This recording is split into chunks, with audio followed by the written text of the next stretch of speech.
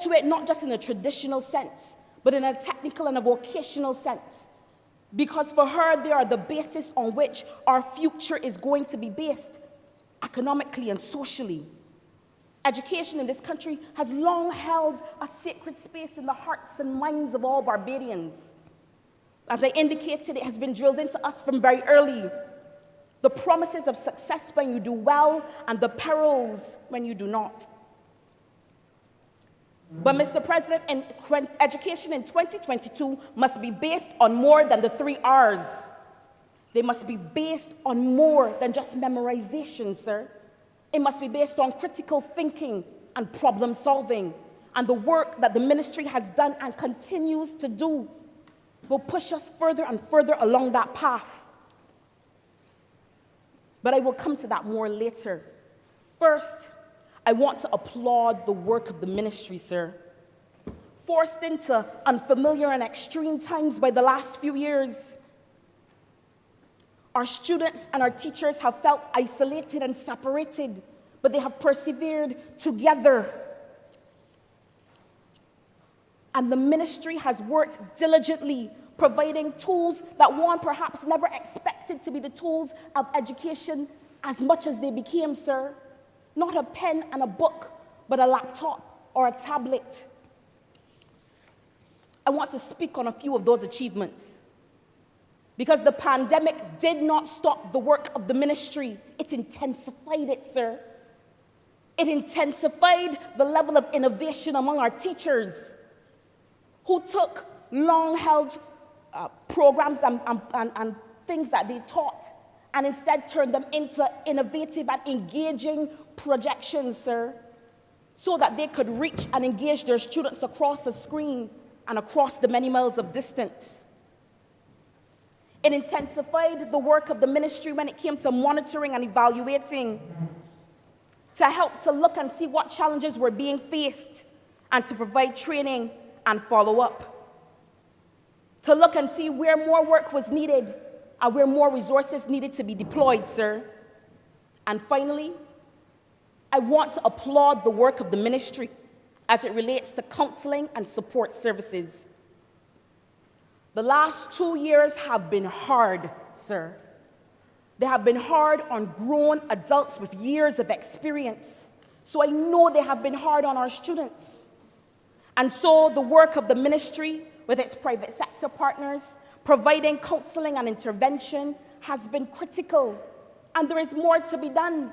So I want to implore Barbadians wherever possible, you are a part of this ecosystem. When you see trouble, when you see issues, raise them so that our students can get the help that they so desperately need in some cases.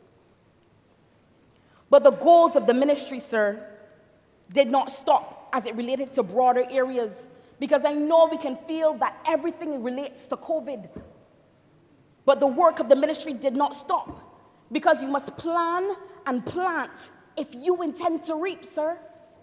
And so the ministry has continued to plan and plant on goals such as the school nutrition plan, which is a national effort that the ministry led, aimed at giving children healthier food and teaching them about healthy eating. This is now to be implemented, and that work is reflected in these estimates, sir. And that work is also expected to present a difference in behavior, sir, because as we all know, sometimes what we eat has the tendency to affect the way we behave. And that is no better seen than in young children who are naturally turbocharged, sir. But when added sugar comes into play, somehow seem to get an extreme burst of energy, which can result in classroom disruption and the inevitable sugar crash. And so, the implementation of that work will see a change in the work product of the school meal services, sir. And so we anticipate some measure of assistance in those areas. But perhaps the biggest task of the ministry to come is the work that is being done in the education and reform unit, sir. It is one of the major objectives of not just the ministry, but of this government, sir, to provide for reform in our educational system, to tightly link what is being done in our educational system to what we need as a country, to provide for a holistic training of our students, sir, not just in the traditional sense, but in the technical and vocational sense. This unit has spent its time in planning and preparation and is ready for the implementation, sir.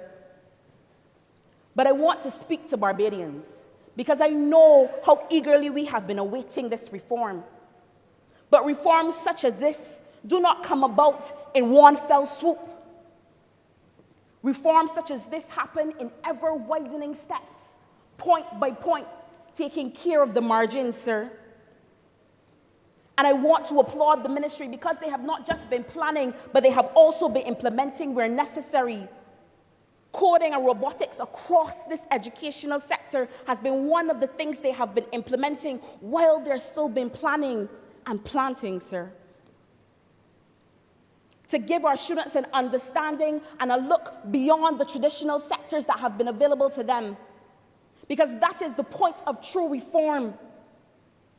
To look at this country in a way to move us away from where we have been traditionally locked, sir. In the 21st century, Barbados has spent its time locked into doctor, lawyer, bank manager. Later, that opened up into teacher and policeman. All noble professions, worthy of aspiration. But in this 21st century, we must show our children new skills. We must provide them with new opportunities to join us on the world stage. We must also be able to provide for certification and growth. Sir, this is part and parcel of what diversifying our economy means. It means diversifying our skill sets. It means providing for the needs of the country and of the market, sir. And before anyone thinks to themselves, these are but pie-in-the-sky notions, I want to point them to the work being done by SJPI. Because their work, for me, reflects that kind of visioning, that kind of understanding that you must change with the tides when necessary, sir. SJPI continues in the technical and vocational realm to expand their offerings. Drone technology, photovoltaic electrical installation, wind and energy advisory, sir. Further to that, I want to speak about one small area, sir, that of 3D printing. Because in a time when the rest of the world closed its doors, at a time when Barbados was at risk of not having the necessary equipment, SJPI was able to see the problem and be able to 3D print masks and shields to ensure we would not go short, sir. And I know I speak of that because I led the program, sir. So these are not pie-in-the-sky concepts. These are things we can achieve and do well. But at this point, I must move on, sir, because I've got 2 more areas I must have an opportunity to speak on. The Ministry of People's Empowerment and Elder Affairs, in conjunction with the Ministry of Health, has spent the last 2 years doing the Lord's work, sir. That is my firm belief. Because while the Ministry of Health has been keeping bodies together, the Ministry of People's Empowerment has been keeping mind, body, and spirit together for some in our society. That ministry was at the helm of the distribution of over 60,000 care packages, sir, to the most vulnerable of us, the elderly, the indigent, the disabled in our society. And during one of the most difficult times in our society, they stood up to the task of Hurricane Elsa. And our good Senator Parris, spoke to some of the work they were able to do during that time. And there is much more to be done, sir. I know that. We all know there is much more to be done. But we must applaud the work of this ministry with a stretched budget, which has been stretched even more by the circumstances that we have faced. And we must applaud them for taking care of our persons, We must applaud them for providing for our charitable organizations where they could and for continuing to persevere through all that has affected them. This bill and the accompanying estimates are a testament to the work that was done and the work that must continue. The ministry held the 55th Independence celebration, sir, and they spoke on a critical theme: fortifying foundations, overcoming adversity, pursuing destiny, sir. And that is the reality of what we all over this government have been doing, sir, all over this country. Fortifying what we have, overcoming the issues, pursuing our future. And the amalgamation of the social services, sir, which is a critical project, is a part of that work. It means taking state-owned enterprises and departments which operate currently in silo-like structures and bringing them all under one department, the Department of Children and Family Services. This move is aimed at providing an ecosystem of support, not hindered by silo-like operating structures, as I mentioned before, but rather bringing them together in a way that serves the public. I want to be clear. This is not done from some willy-nilly objective or some willy-nilly concept that change is what is necessary, not an urge to just try new things for the heck of it, sir. This is brought together by practical knowledge, because there are those in the social working system who would tell you that the system works, sir. It works well for some. But they will also tell you it does not work well for all, and that there are cracks through which some of our people are slipping, sir, and which we must close. So I want to throw my support behind this move, as I have some small knowledge, having had the opportunity to serve in the Child Care Board previously. And I know that there are many cases that come to the board that require multiple solutions, sir. They require work of multiple agencies, and the board alone cannot solve it. But what in fact happens is that person has to go through multiple agencies which require multiple investigations, and all the while, the family suffers, sir. I'll give you an example. If a woman with 3 children living in an overcrowded household, one of those children has special needs, she is unemployed, it is arguable that she will need social income assistance, housing assistance, child care assistance, assistance with the needs of the disabled child. Currently, she would have to go to and fro, from agency to agency, sir, getting upset, getting frustrated, looking for timely assistance, looking for dignified support. And if we are honest with ourselves, we know that she is unlikely to have all her needs met, unlikely to have as timely assistance as she needs, and unlikely to have it in as dignified manner as she deserves, sir. Because when you are forced to have to explain your circumstances, to have to bare your soul to multiple individuals, multiple entities, again and again, it becomes soul crushing, sir. It becomes problematic. So, sir, I presently believe that this new department will help to aid in relieving that ordeal. But it will also help in the easy identification of the small amount of individuals who abuse our social services, sir. It will help us to be able to see it more clearly and address it more readily. The vision for this department is not one solely based on that work or that belief from the social workers and social services, sir, but it will also involve input from those who use those services, because they know what it is to have to walk into a place and ask for assistance. So they should be able to have some input on how and where that happens.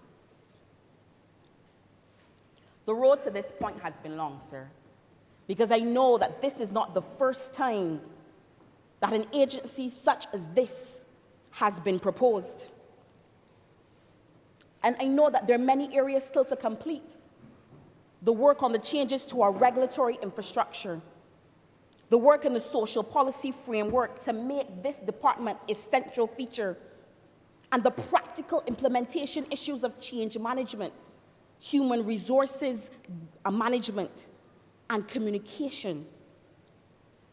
But the truth of the matter is to provide transformative services, to provide access for the real needs of clients, to address immediate needs, to help those who can be helped back onto their feet on the road to independence, and to address the long-term requirements are at the basis of what our social services were meant to do, sir. Because I have some wants, selfish though they may seem. I want to see social services move away from a one-size-fits-all mentality, sir. I want to see them address the unique needs of each individual family and bring the entire resources of the ministry to bear. I want to see a level of dignity and care brought back to the system, sir. And that change does not just happen in the ministry, that change happens in the hearts and minds of Barbadians. Because we must understand that needing help is not a weakness. And because you are down does not mean you are out, sir. So I pray that this move assists in bringing on transformation. Because I know it is not easy, sir. I know that there are many cases that are brought to light only in the newspaper. But I want to ask Barbadians as we go about our daily lives that we remember that we are in fact our brother's keeper, that we advocate for our fellow man, that we advocate within families, that we advocate towards ministries, that we advocate wherever is possible, because we are in this together, sir. And so, I also want to take this time to slip in a plea for our elderly, sir. Because I know that the ministry is working on the National Policy for Aging and Elder Affairs. But I am like an impatient child, sir. I want it done faster. I want it done better. I want to see an end come to elder abuse and neglect in this country, sir. Too many are left in hospitals, while their families and those meant to take care of them fritter and squander away their assets, sir. I think sometimes we think to ourselves when we are young that we will always be young. But I wish to issue a warning, sir. Time is longer than twine, and that the good Lord has the last laugh. And therefore, sir, I hope that this new piece of legislation features and addresses abuse not only in physical form, but in economic form, psychological and emotional form, sir. And that it provides not only fines, but custodial sentences where it is deemed necessary. Our elderly need to be cared for, sir. Further, I want to add one more plight before I move on. And that is for those disabled persons who are left in the care of the Child Care Board when they are young and who age out of the system, sir. I don't think many Barbadians understand that most of them still remain with the Child Care Board. Because the board cares and it will care for its children, sir. But I believe that more can be done for them. I believe that we have to look into some kind of assisted living facility so they can live in their adulthood, sir, but still have the care provided to them. They deserve that, sir. So I want to ask that the ministry look into this. And with the unconscious of time, I want to come to the last ministry, that of industry, innovation, science, and technology. Because for me, that is one of the most critical features in this government. Critical to what Barbados is, and critical to what we must become. Because we can no longer be left behind, sir. At this point in time, every day there are Barbadians, young and progressive, making the decision to leave these shores because things are just too slow, just too antiquated, sir. And the work of this ministry is part and parcel of how we overcome this. In 2018, it was clear that we had been left behind, sir. Because it was easier for me to do business with a man in Timbuktu, to pay him, than it was for me to do business with my own government in Bridgetown. That is but one of the many absurdities that existed. And there are some which continue to exist. But I believe that we are closer to the light than we were. And the work of this ministry will ensure that we continue to bring ourselves into the light of the 21st century. It's part of why this ministry was created. The recognition that we must take technology seriously, that we must integrate it into our government. And we must not do so merely within the context of a ministry that stands by itself in Warrens, but rather operating across ministries to make sure we are improving the lives of our people, sir, all throughout the government. That is why in 2022, there are a range of government services that I can contract and pay for online. That is the work of the Ministry of Industry, Innovation, Science and Technology, sir. And may it continue. And its work is reflected, its future work reflected in the estimate, sir. I want to make clear, I want Barbadians to know the programs and policies that are in place, that are being actioned every day in their name, sir, because it is for their betterment. Mr. President, I want to speak about modernization and digitization for a short bit, as I know my time is drawing short. Another 14. I want to speak in some small part to the National ID project that is about to launch, sir, that will see the replacement of the long-suffering laminated cards towards the move for a true identity card that would remove the need to walk with 3 pieces of documentation just to prove that you are indeed your mother's child. Barbadians are tired of that, sir. And we are ready to see it happen. I know we're tired of talking about it. We are ready to see it. But I want to speak to Barbadians today. I want to convey to them that I understand your need, your want. But I also want to say that the ministry needed to take its time to make sure it was done right the first time, sir. Because all good things come to he who waits. And so I know we are ready, because I know the shame of walking internationally, being asked to present some form of ID, to proudly whip out this Barbados card that you are so proud and filled with pride in, sir, only to have someone look at you with a bit of pity and tell you put that away and bring your passport. So I know we're ready for it. I also am ready to see the expansion of the scope of work of the government's digitization center, sir, which is focused on ensuring that all the files held in back rooms are digitized and made useful in this country, sir.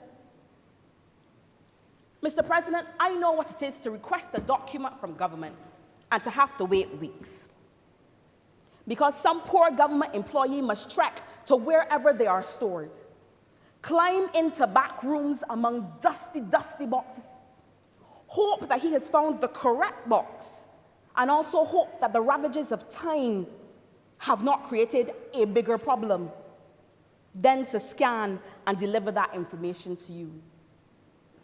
I know that the wait can be burdensome and can sometimes cost in terms of business and in terms of life, sir. That is why this government is committed to the digital transformation, because it must be about making life better, easier, quicker, smoother for our Barbadians.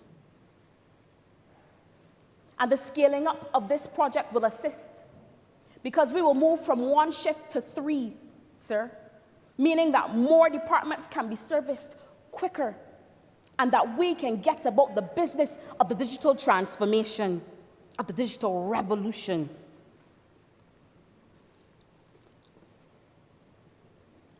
I know that we are ready, sir, and that this ministry is engaged, because we have seen as Barbadians what can happen when we move away from doing things simply because it has always been done that way, and instead strip the processes down and rebuild with a mind to what is necessary for the people of this country.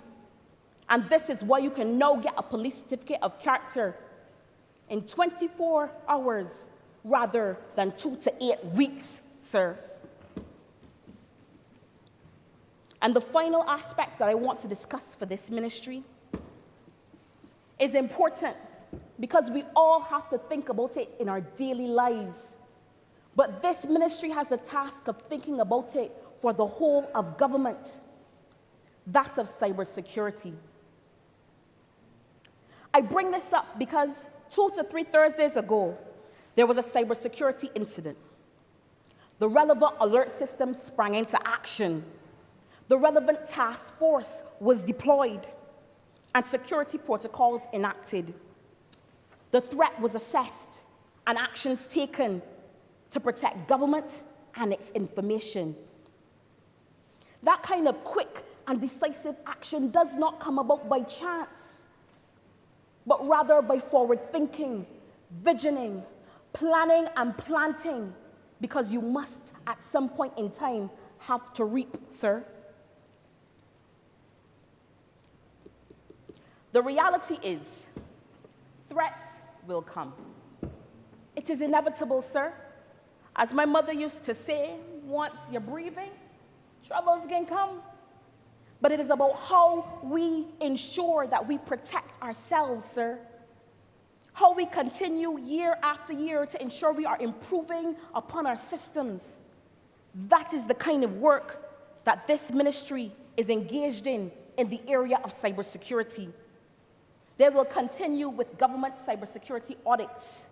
They will continue with penetration testing. They will continue with the drafting of the National Cybersecurity Strategy, which is not just aimed at improving the policies for MIST, but all across our government, aimed at reinforcing protections at critical points of national infrastructure, sir, our power grid, water and sewage, ports of entry, our hospital, and many more. These estimates reflect a tremendous amount of work that has been done behind the scenes, and a continuous move towards protecting Barbadians, improving our lives, because the digital revolution is here, sir, whether we want to admit it or not. So we cannot stick our heads in the sand. We must face our challenges head on. We must provide for them. The Prime Minister has often spoken of the digital revolution, of the need to transform us to be digitally enhanced and digitally secure, not just for ourselves, but for those who visit us, sir. She has made clear that this is part and parcel of how we deal with global competitiveness coming into the 2022 and how we will deal with it going forward. And I know that the ministry is prepared to do it, sir. Finally, I want to say this. There will always be armchair economists, sir. There will always be those who feel themselves better equipped to handle the issues that we face.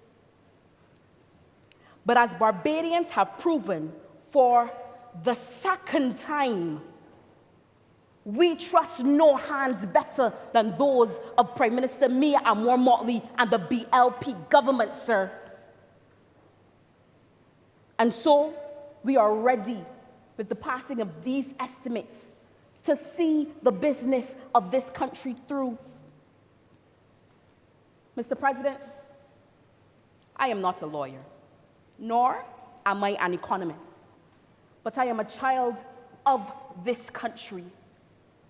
Born in this country, yes, but built by this country. And so every time I stand in this hallowed chamber, I will ensure that I speak on what is best for Barbadians and what is in their best interest, sir. I commit to that. And with that, sir, I am obliged to you. Thank you very much, Senator Roberts-Odo. Senator Nurse.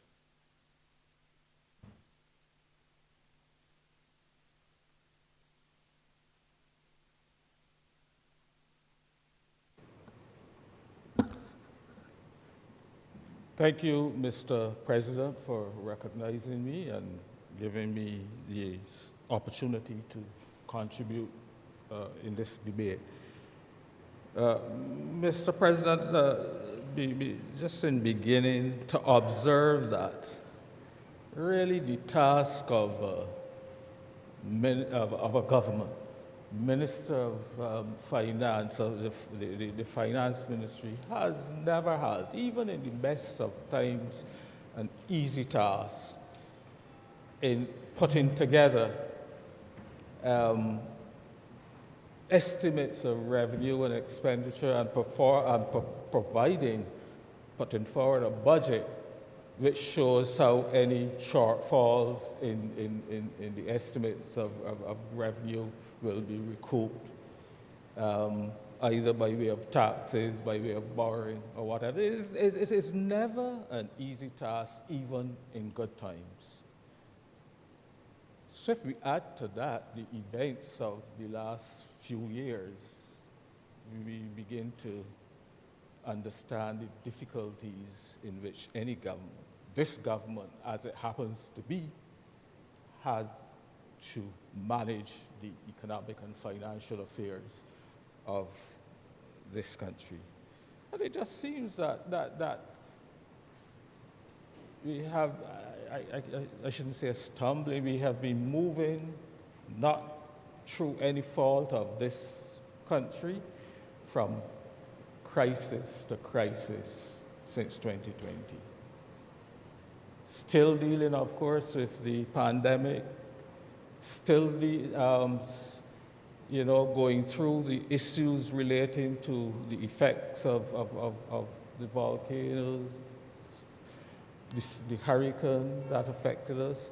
And now this year, when we thought that we would be moving on into a world that is getting back to some level of normalcy, the crisis and the war in the Ukraine adds another layer of crisis issues that the government has been forced to deal with. So it can't be easy. We acknowledge that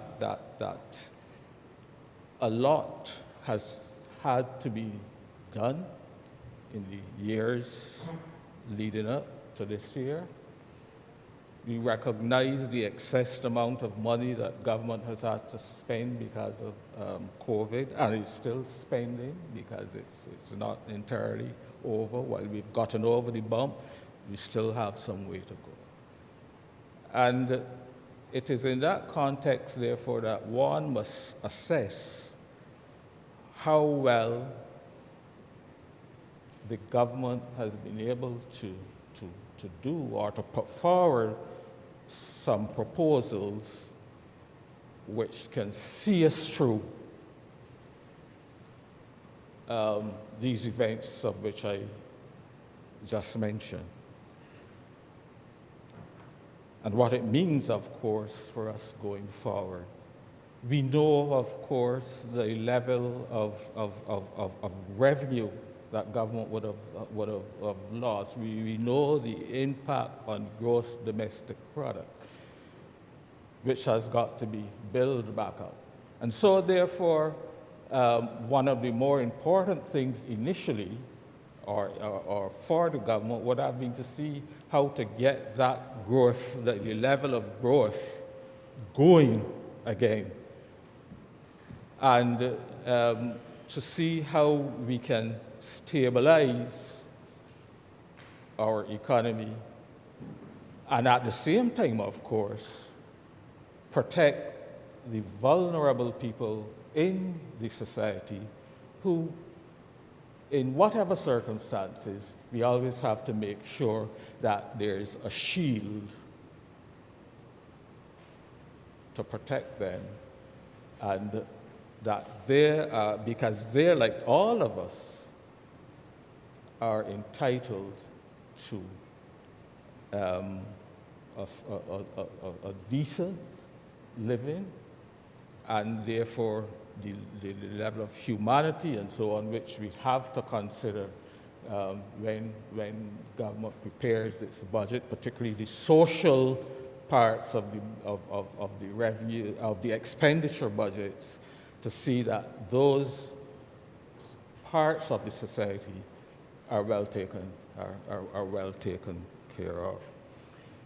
And I promise you, Mr. President, I shan't be long, but I will just highlight perhaps a few areas that I think I would like to see happen as government moves forward with implementing its program for the 2022-23 year.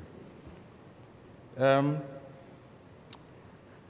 one of the aspects which I thought was good is that there is some vision in the budget presentation, budgetary and the proposals, that how government sees moving forward for growth. How are we going to get the country growing again? And they have hit on, or they've targeted the areas which I think have been articulated over the last few years that need to happen to get things going. I speak, of course, of the energy sector, the requirement for pushing and getting the alternative energy aspects going. I speak also, of course, of agriculture. It became quite apparent to us during the pandemic, and now with the Ukraine issues, the importance of food security, the importance of having a good agricultural base. And I think for too often, and Mr. President, I have to tell you that this is an issue that I spoke to in more than one debate on the revenue and expenditures in the past. But I think they need to be emphasized, that the importance of agriculture, while we may look to the other sectors, the international financial sector and so on, tourism, of course, but yet that need for security is particularly important. And so I was glad to see, I tend to find that within the past, most governments, I'm talking about this administration, but the administration, this present administration, the administrations of the past have not articulated a vision or, come up with a broad-based policy to recognize how we take forward agriculture. I begin to see, I think, glimmers of vision in this, in the presentation of the Prime Minister for the agricultural sector. And I think it is noteworthy that we see where government recognizes that linkages, for example, with our neighboring CARICOM country to the south, Guyana, is so important. I believe, I remember the minister, the Honorable Prime Minister discussing the sheep project, for example. And that is the kind of vision that I want us to see and to see better articulated as we move forward. I note, for example, the idea that she has recognized the importance of water to the industry. And the fact that she now, and the Honorable Prime Minister has now put a tariff, I think, a special tariff, I think it's $1.85 for water in that sector. And, you can't have an agricultural sector without adequate provision of water at an affordable cost. And so that is key to the development. I note, of course, the idea of developing the whole concept of getting the shared houses and so on, again, in collaboration with the government of Guyana, and developing our agriculture. But I have to say, Mr.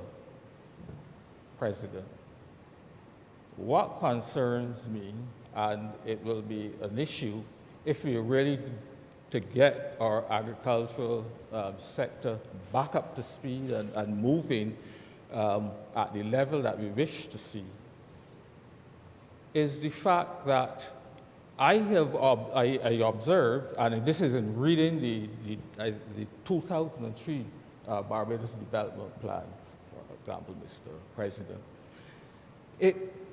They identified there were some 45,000 acres of land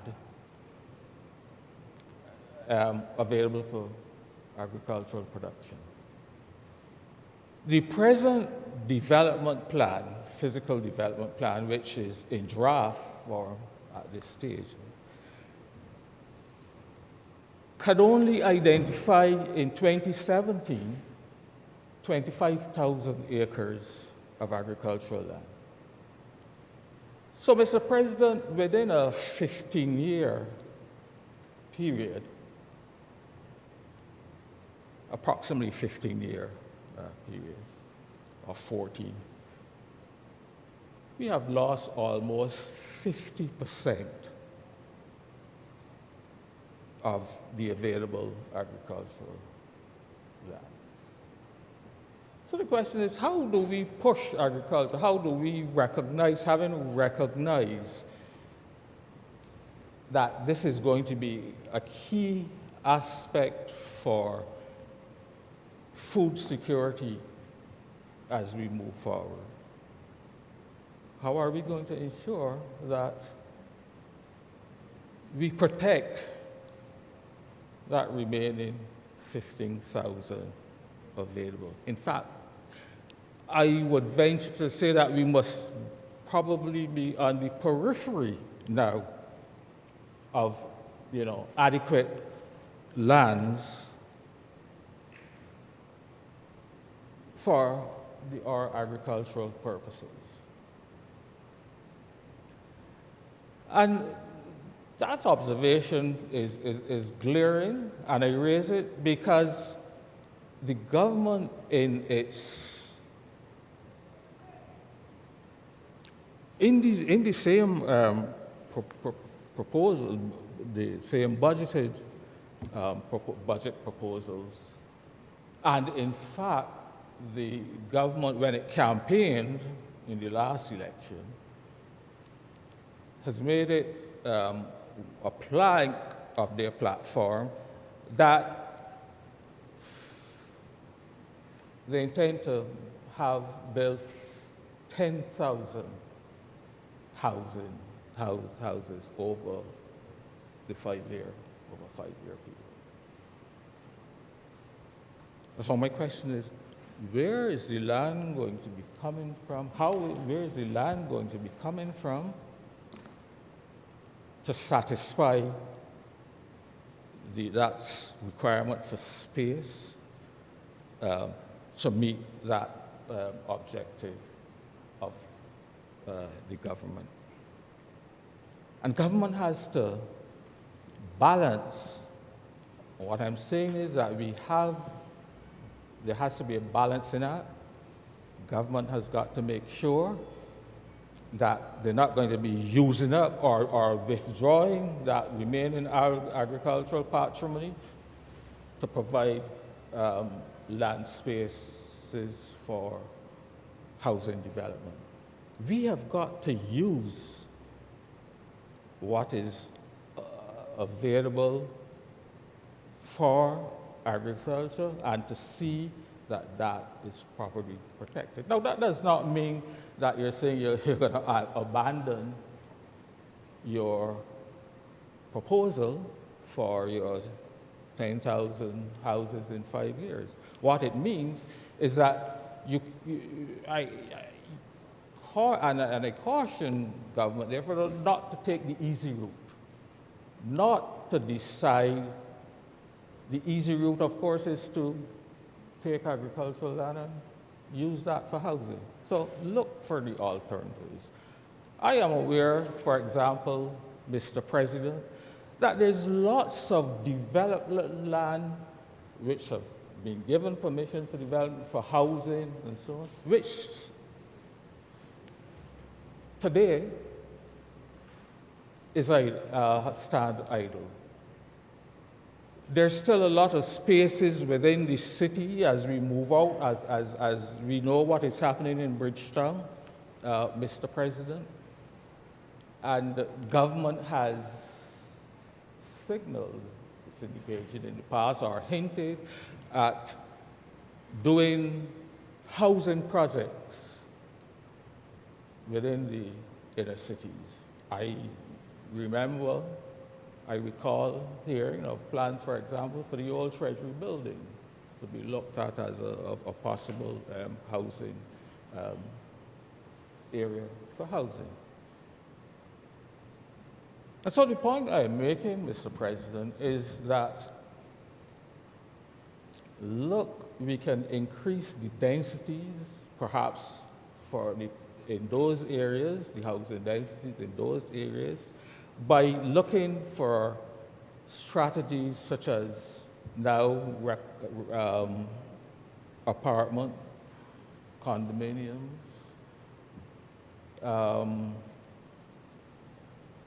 duplex housing, the types of issues which will not call upon us for the use of more and more land space.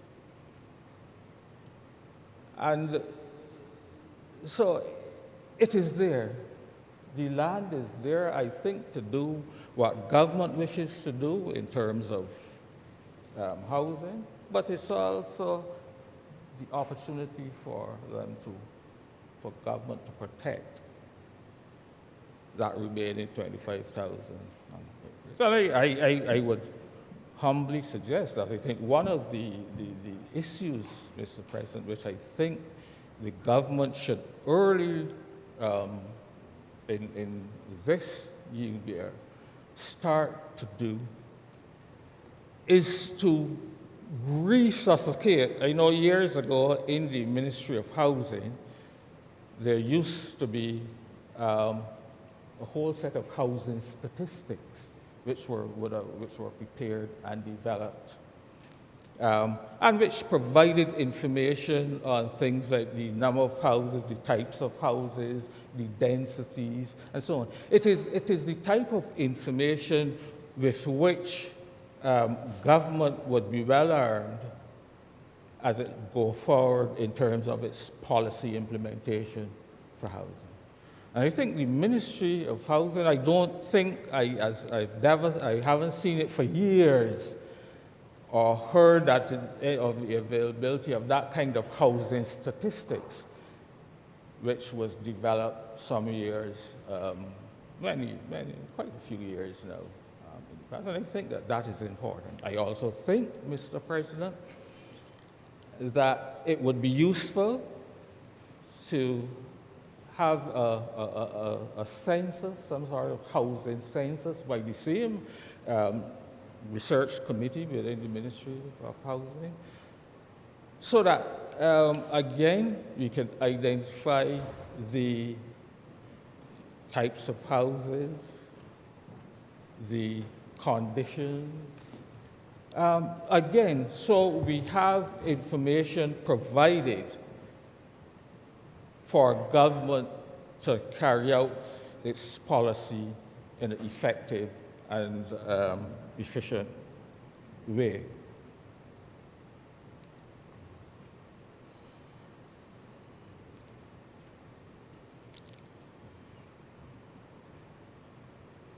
I would also, in similar fashion, having spoken about the question of the agricultural land, I would also, in similar fashion, recommend another agricultural census, and as I said, agricultural development plan, which I am sure would be of immense value, again, to government in terms of its policies as it moves forward.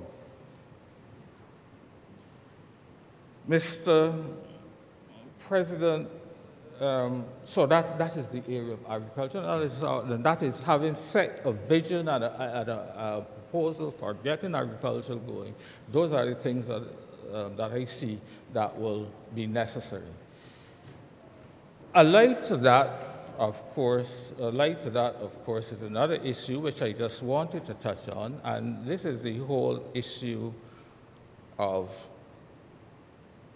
planning, physical planning, the whole issue, again, of the various capital developments, both in the private and public sector, which were articulated, again, by the Honorable Prime Minister, and which is she expects to get going within a very short period of time. But I want to raise it in the context of issues which need to, again, to be resolved. And I'm thinking of the planning, the town planning issues. Mr. President, you know, again, 2019, and I had the good fortune, I think, of being part of that parliament which debated the new town planning, 2019 Town Planning Act. I believe, sir, that it was only recently proclaimed, probably, I think, towards the end of 2019. But that requires, of course, a completely new shift in the operations of the planning department. It has, in my mind, relegated to some extent the importance of the chief town planner, because a lot of the functions have now gone to a board, and will have to, and in fact, the chief town planner will now only act at the directions of the board. I want to raise those issues because, as I said, it has only been recently proclaimed. The Act calls for a tribunal, which also has responsibility for any developments over a particular site, which will, so the tribunal, as I understand it, has two functions. It will look at developments over certain sizes and with various issues, but it will also be hearing appeals of the board. I don't think the tribunal is in place as yet. I know that the board is still the board is still in the process of having itself properly formed and working and so on. I know it's only recently that the director has been appointed. So the point I'm making is the importance of getting that whole department of government up and functioning, because you are going to be depending on the town planning people to be able to give decisions in a timely and efficient manner. We don't want to hear that all of these investments which the Honorable Prime Minister foresees happening, that you hear, but they can't start because they didn't get planning permission.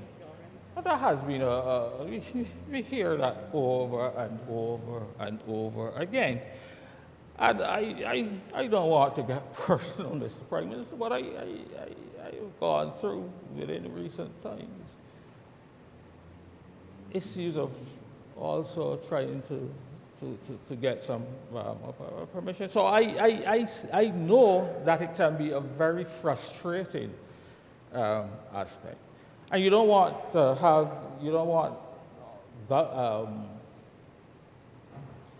projects, development projects, both government and both private sector, to be held up because they can't have these approvals, Mr. President. So On a we point need of to order, make Mr. sure that President, in the sir. shortest period of time that On a point of order, Mr. President, sir. Yes, ma'am. I should just like to make the point for the benefit of the honourable member that the planning permissions of the major projects to which the Prime Minister has recently referred have already been given, so that they are not in the process and are unlikely, therefore, to be held up by a failure to grant permissions or the bureaucracy of the process. But I do take the point that the honourable member is making relative to the difficulty. It is just for the sake of the accuracy of the record to point out that those particular projects have already been approved. Thank you very much. Mr. President, it is not to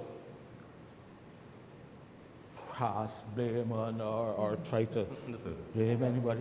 It is just to make sure that we get up and running and get these things functioning. We know all the complaints. We've heard even in these debates and in the, well, I can't say the other place now because we happen to be in the other place, but you know, in the House, where members have been complaining about the slow pace and so on, at which the departments of government have functioned and have frustrated, you know, the general public. And I don't think that we always understand the implications. Just to go through, for example, a concept. If you, as an investor, a hotel investor or invest in some other aspect, invest in alternative energy or whatever, Let's say you would have made a decision to invest a year or two ago. You put in your application to the town planning, you put in, and you have to wait. You would have prepared your investment based on the existing cost of materials, based on the existing cost of labor, and so on. Now, you come along, and it takes a year or more to be able to get that approval through the door. In the context of what has happened within the last two years, you now have the situation where we know the impact of freight charges on our imports. We know the impact that the Ukraine war is having in terms of our oil. Now, when we factor in now that imports or inputs into the building industry are to a large extent imported materials, then we realize that because of that delay and not being able to get started at the time we intended, it could suddenly have an impact on the investment cost of a significant increase. So you now have to go back and reassess, reevaluate the whole project to determine whether or not it is still a feasible project and whether to proceed. Now, I don't think that we always at times realize that. We believe that business people are always always looking to cast blame on the public sector. But these are the issues that are of huge concern for business people. Once you decide on an issue, once you decide on a project, you have to get it going. You have to get it going, because once you start it and you have an escalation in costs, it's going to have it can have a severe impact on your returns at the end of the day. And the same thing with energy, sir. The same thing with alternative energy, sir. Complaints that we have been hearing for the past year, 2 years, about the length of time it has been taking to get approval for your energy project. I am glad to hear Honorable Senator Thompson speak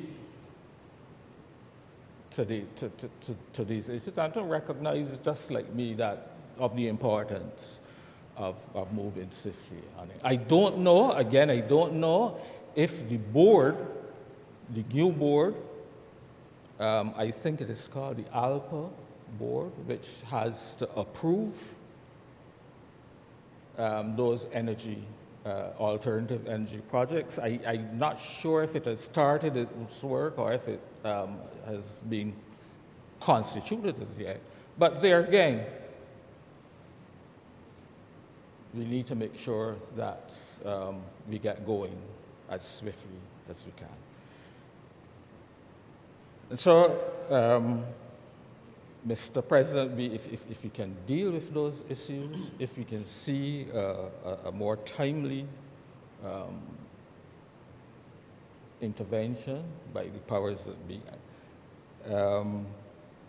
I think, and we can get those projects going, it will have a very positive impact on the economy and our GDP growth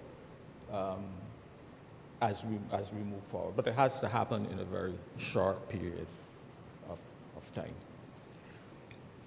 Mr. President, the next area that I just want to briefly touch on, and which was being mentioned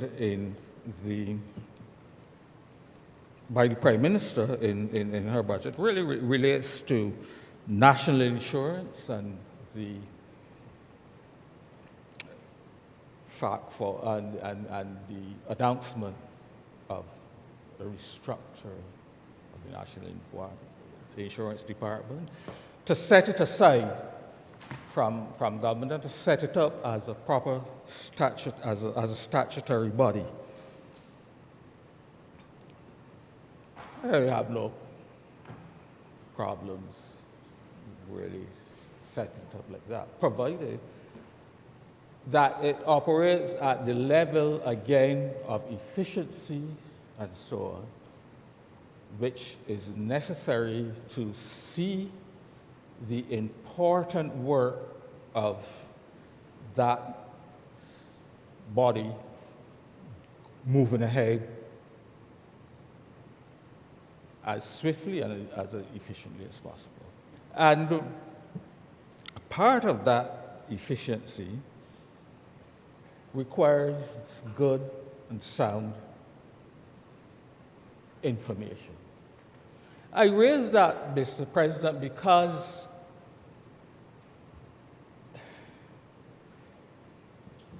the Auditor General's report, the latest Auditor General's report of 2020, which was laid in 2021,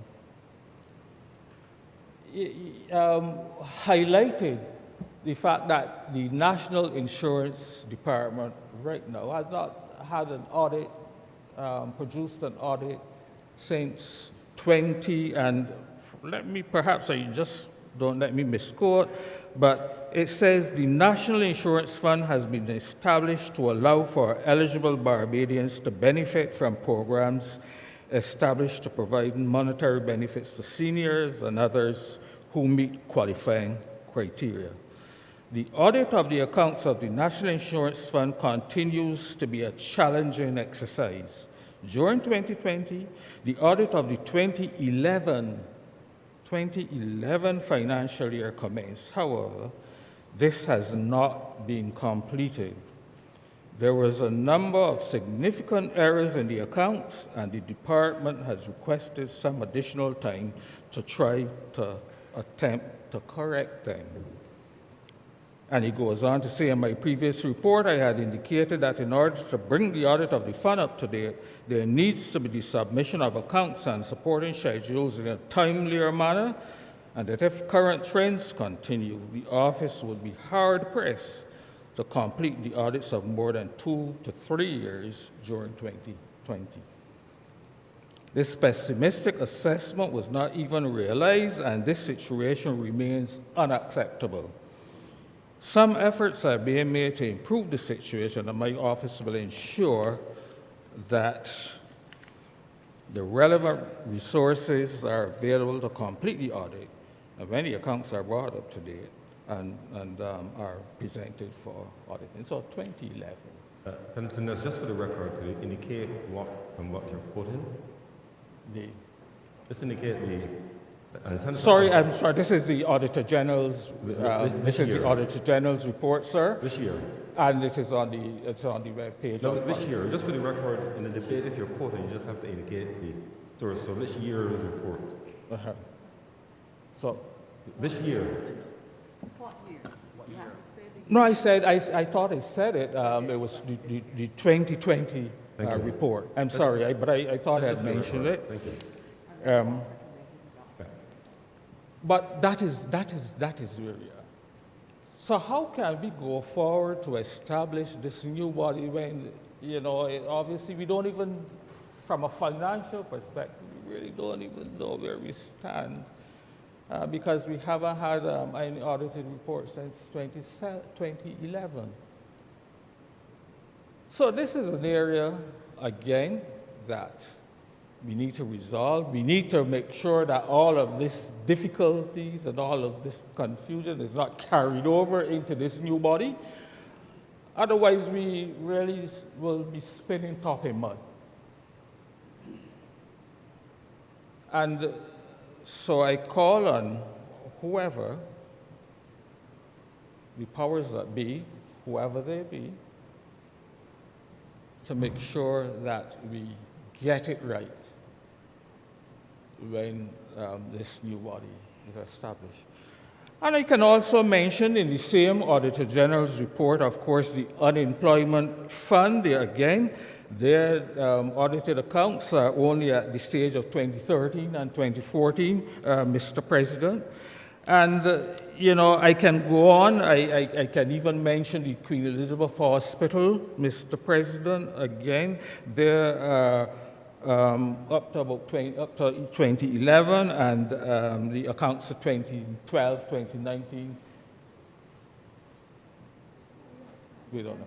So we cannot continue like this. We can't. We have to do better if we are to achieve these very worthwhile projections that the Honorable Prime Minister and her Ministry of Finance has set going forward.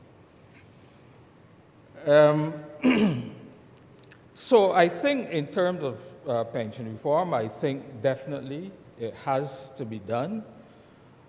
But I think that I would also like to suggest not only the administrative aspect of it, which is, of course, the setting up of this new body, but also to recognize that the whole National Insurance Fund needs to be completely reassessed and reviewed again. The last actuarial review, if memory serves me correct, and it would be subject to correction, I believe was 2017, but I stand corrected. But the point is that I believe actual review is now due. Again, that is important.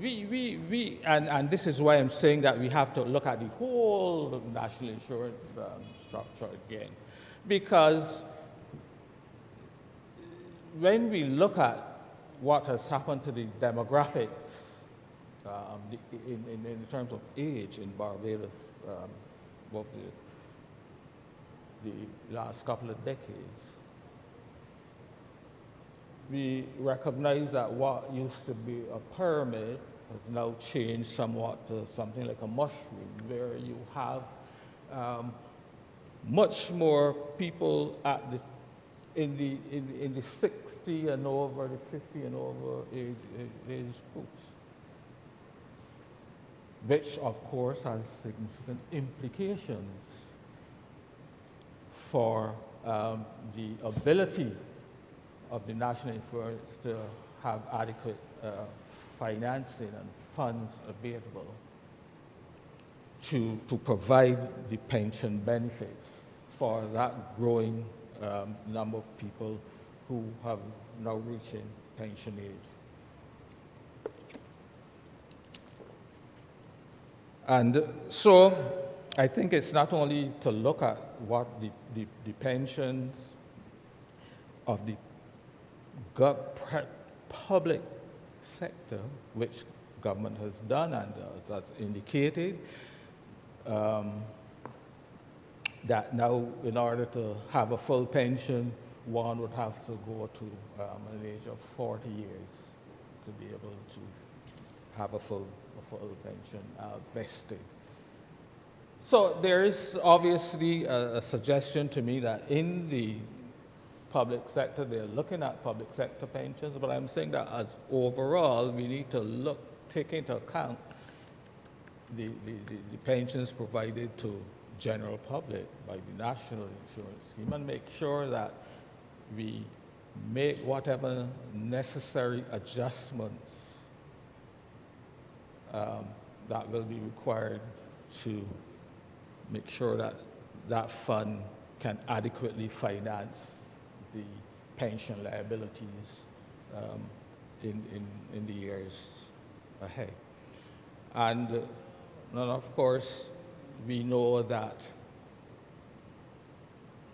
the investment portfolio probably would not have been performing at its highest within the same time frame. We know that there would have been a significant impact on the funds when government would have done its debt restructuring back in 2018. And so again, it's important to make sure that we look at those investments, look at the level of return of those investments to determine whether or not they're going to be adequate. If we determine that they're not going to be adequate, how do we adjust the pension benefits to make sure that they're still adequate to provide the pension going forward? So those are very important issues, I think, that we have to take as a whole and discuss pension issues as a whole and in a more holistic manner, because as a matter of fact, the Prime Minister also indicated that from this year, or from the new financial year, that National Insurance is going to have the responsibility for administering all pensions, government pensions and private pensions, and so on as well. So that is very important. And just to throw in a little thing here now that I am on pensions, and the fact that it may very well, when we do that actuarial review, prove to us that, we have some substantial difficulties. I am suggesting, Mr. President, sir, that we should perhaps, it may have been a good idea to reintroduce at this stage an incentive which was taken away some years ago.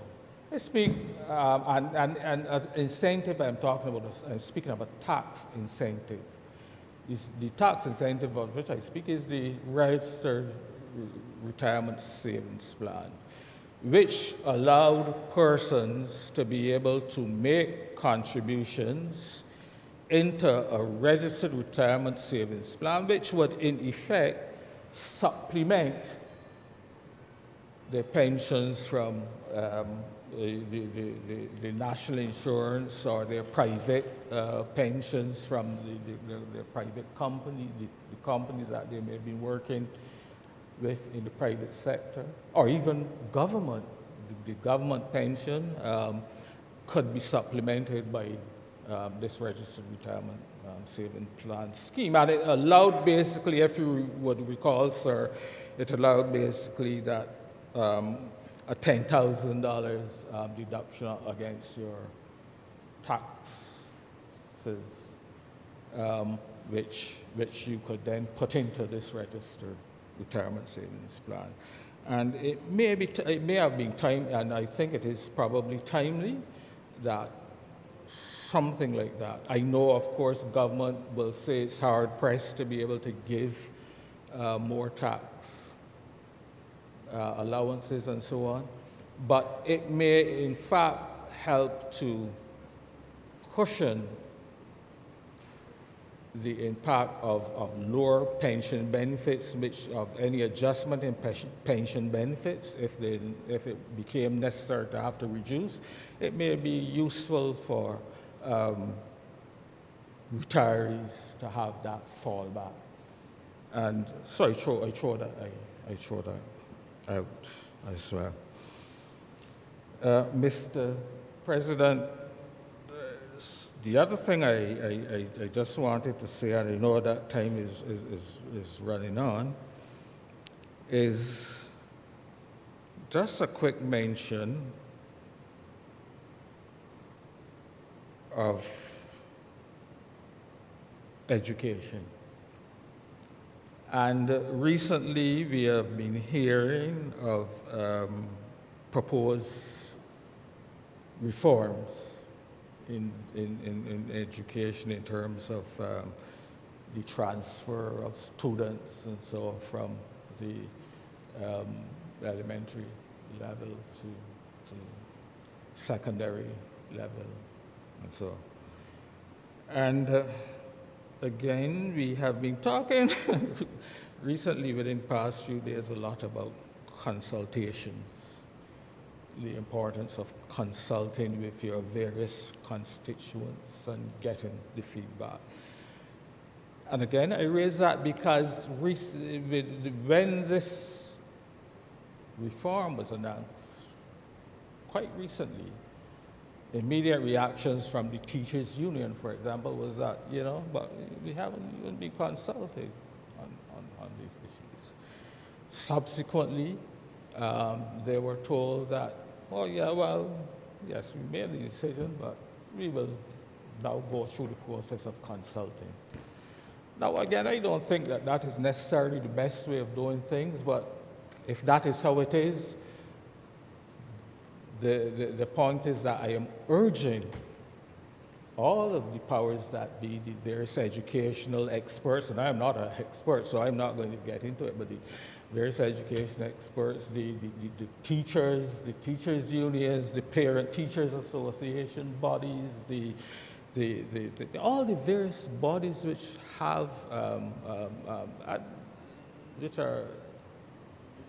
which will be impacted, and the general public as well, be given that opportunity to look at what is being proposed, articulate what their feelings are, and then, if necessary, and we have to rethink or relook at what has been suggested, that we do so before we implement it. And I would strongly suggest that you look at the case of Bermuda, for example. They are in the process, of course, of dealing with issues, educational issues, so just now, and they're speaking about the elimination of middle schools and so on, and looking to introduce these other aspects, some of which are hinted at in our proposed new reform. So I would strongly suggest that we look at that as well and take that into consideration, take their experiences, and make sure that any shortfall, any pitfalls and so on that they would have had, that we can avoid them. But the point is, there's a lot to be done. We are going to a new system. It means new training for teachers. It means an understanding of things. It means how we look at our resources. Are we going to have resources, Mr. President, to be able to do all of these specialist teachings and so on, and in all of these various schools that are going to be set up?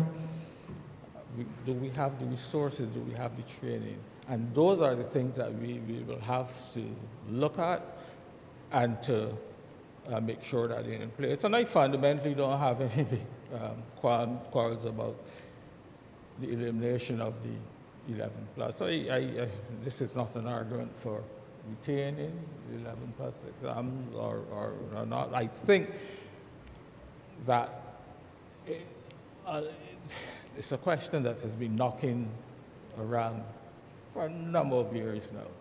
And if the present minister and the ministry is going to take it and grapple with it and make sure that they put a new system in place, all I'm saying is just let us go through the process so that we end up with a system that is good for our Barbadian community, that is robust, and that will see us through for a number of years to come, sir.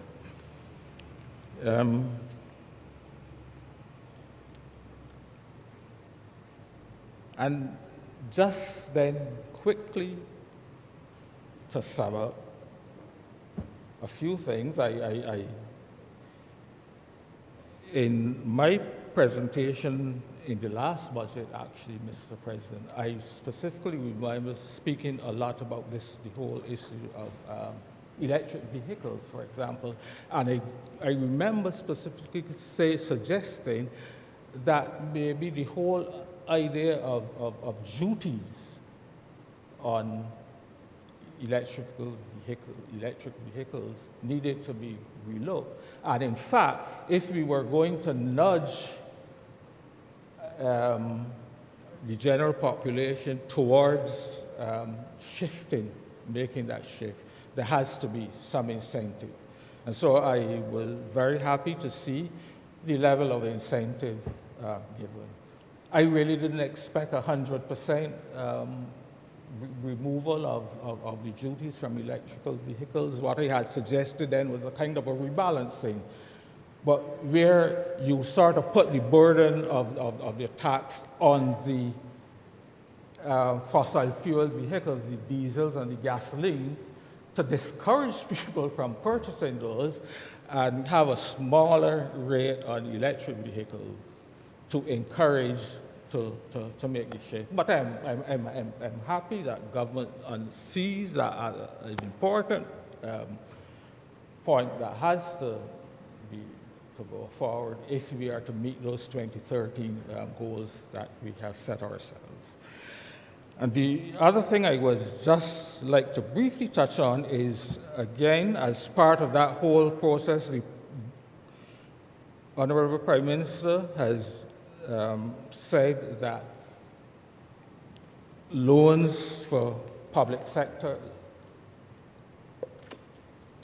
I beg your pardon, the public sector loans for vehicle purchases will be increased to $93,000. Again, a good thing. The only question I would have is that I believe public sector car loans usually tend to be repayable over, I believe, a 5 to 7 year period, depending on if it's a used vehicle or if it's a new vehicle, and so. But that loan limit was $50,000.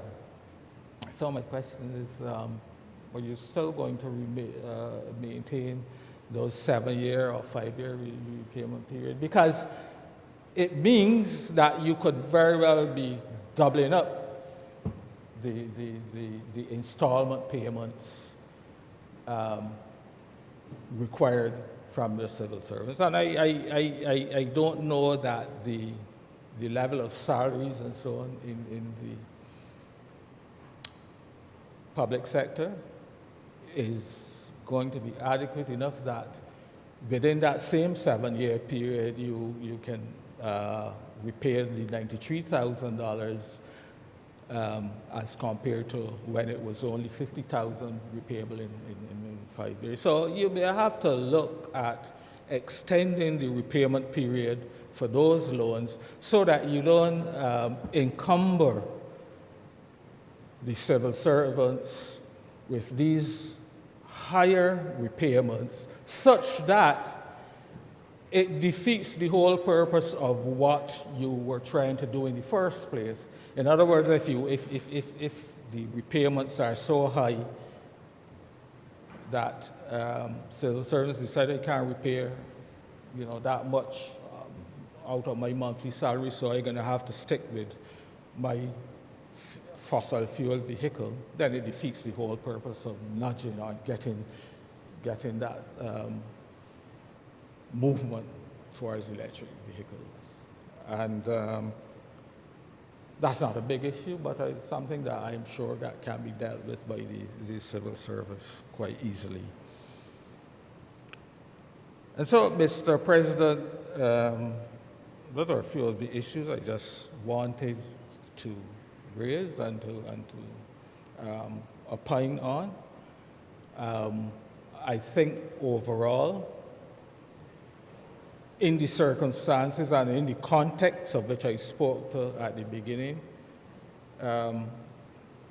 it has been a pretty good effort to satisfy all the various constituents. I know that there's still cries from certain people about, certain pandemic taxes and so on, but I'm sure they can defend themselves, and we know what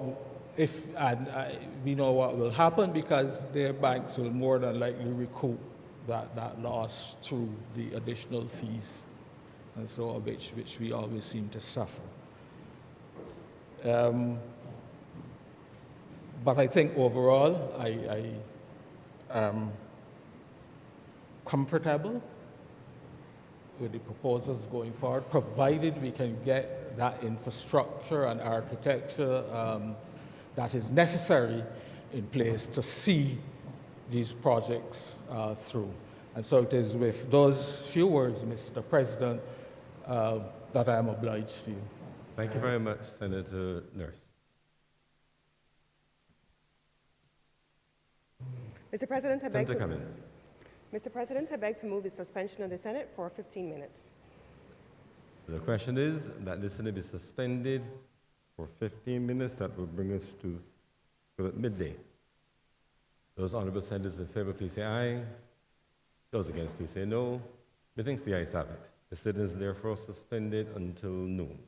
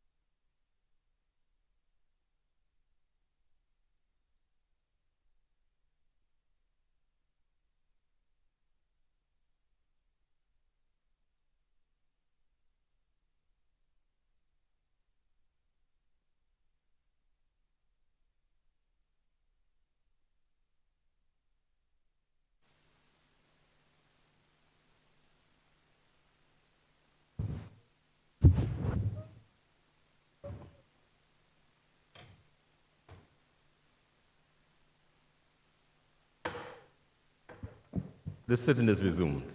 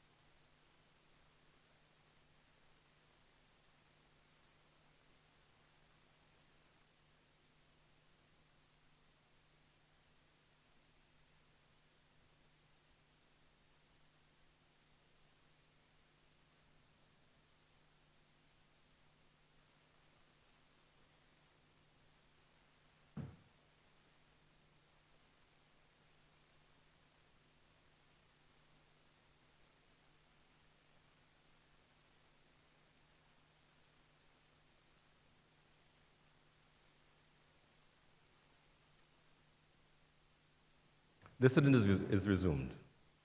We revert to announcements.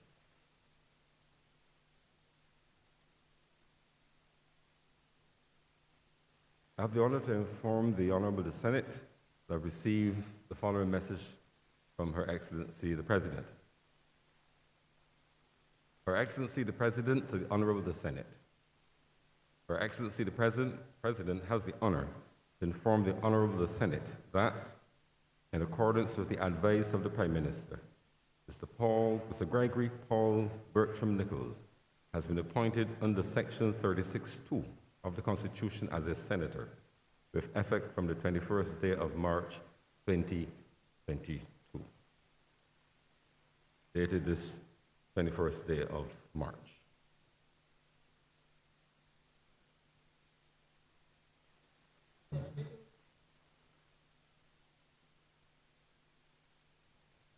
Please admit him.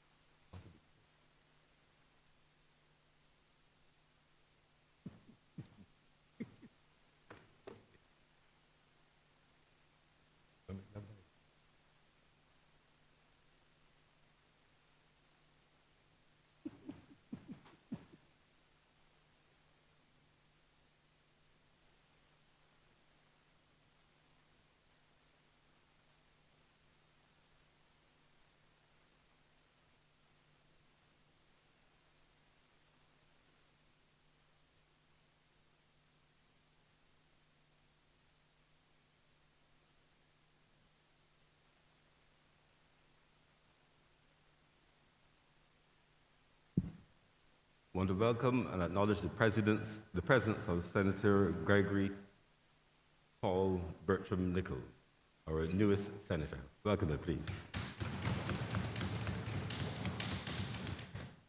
Senator Nichols, we look forward to, well, I'll give Senator Cummins the opportunity. For Senator Cummins, please. Thank you very much, Mr. President. On behalf of the government side and the Prime Minister of Barbados, I would wish to welcome my schoolmate and friend and newest member of the parliamentary party to the Honorable Chamber in the Senate. I look forward to his long experience in law, constitutional law in particular, both as a lecturer at the University of the West Indies and a practitioner in his own right, bringing that formidable experience to bear in this honorable chamber, Mr. President. I am confident that he will enjoy the full support of the existing members of the Senate, and I would wish to extend our congratulations to him in my capacity as leader of government business in the Senate. Welcome to you, Senator Nichols. Senator Nurse.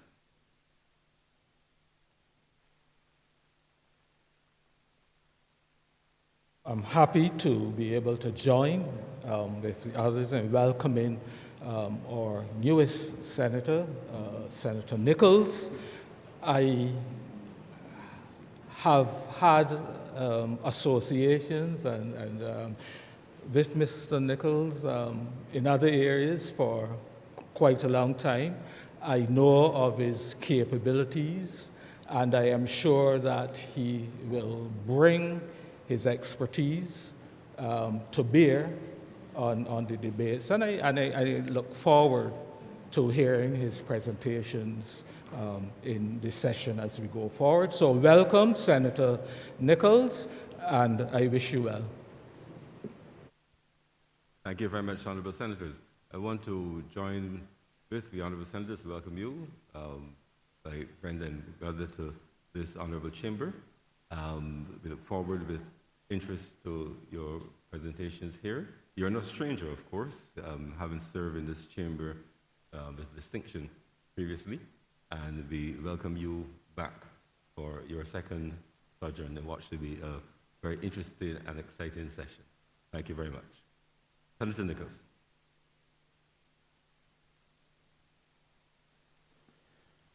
Mr. President. You need to press it again. No? Okay, yeah, please proceed. Mr. President, Madam Leader of Government Business, Senator Nurse, thank you for your warm welcome back to the Senate. I trust I would equip myself appropriately. I look forward to participating later in the business of the Senate, and I would like to thank you all again for your warm welcome. Thank you. Thank you very much.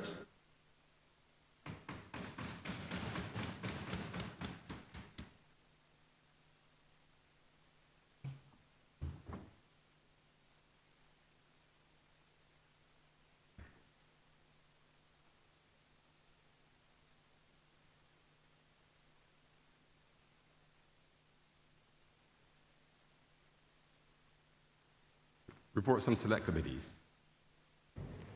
Mr. President, I'd like to move that the report of this Committee of Selection be adopted as presented by the Honorable the Senate.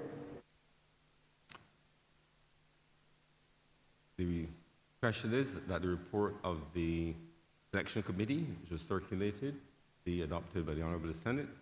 Those Honourable Senators in favour, please say aye. Those against, please say no.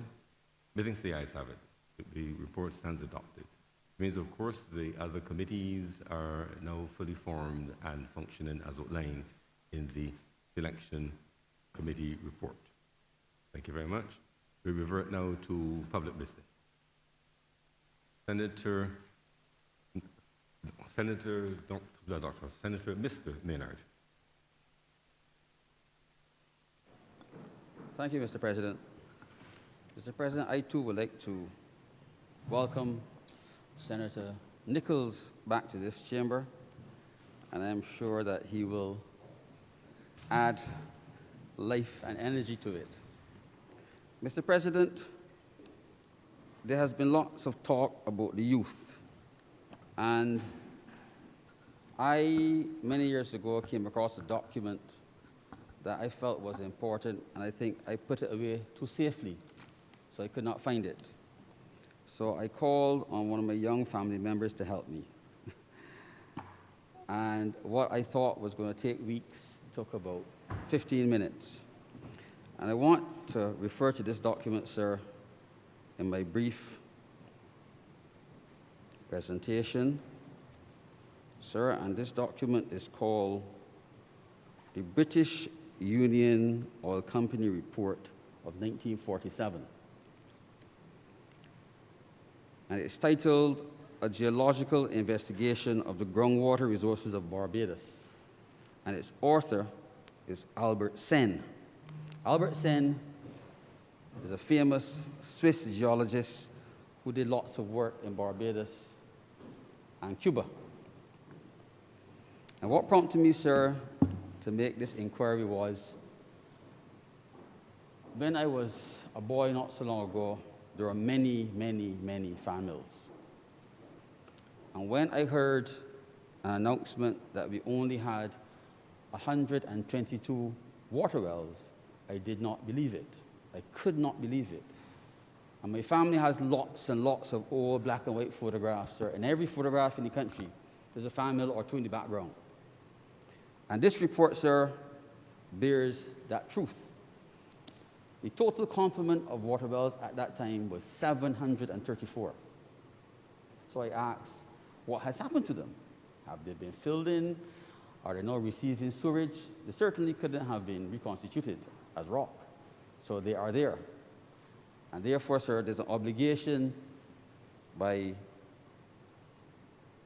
those in charge to find them, sir, and to record what their use is.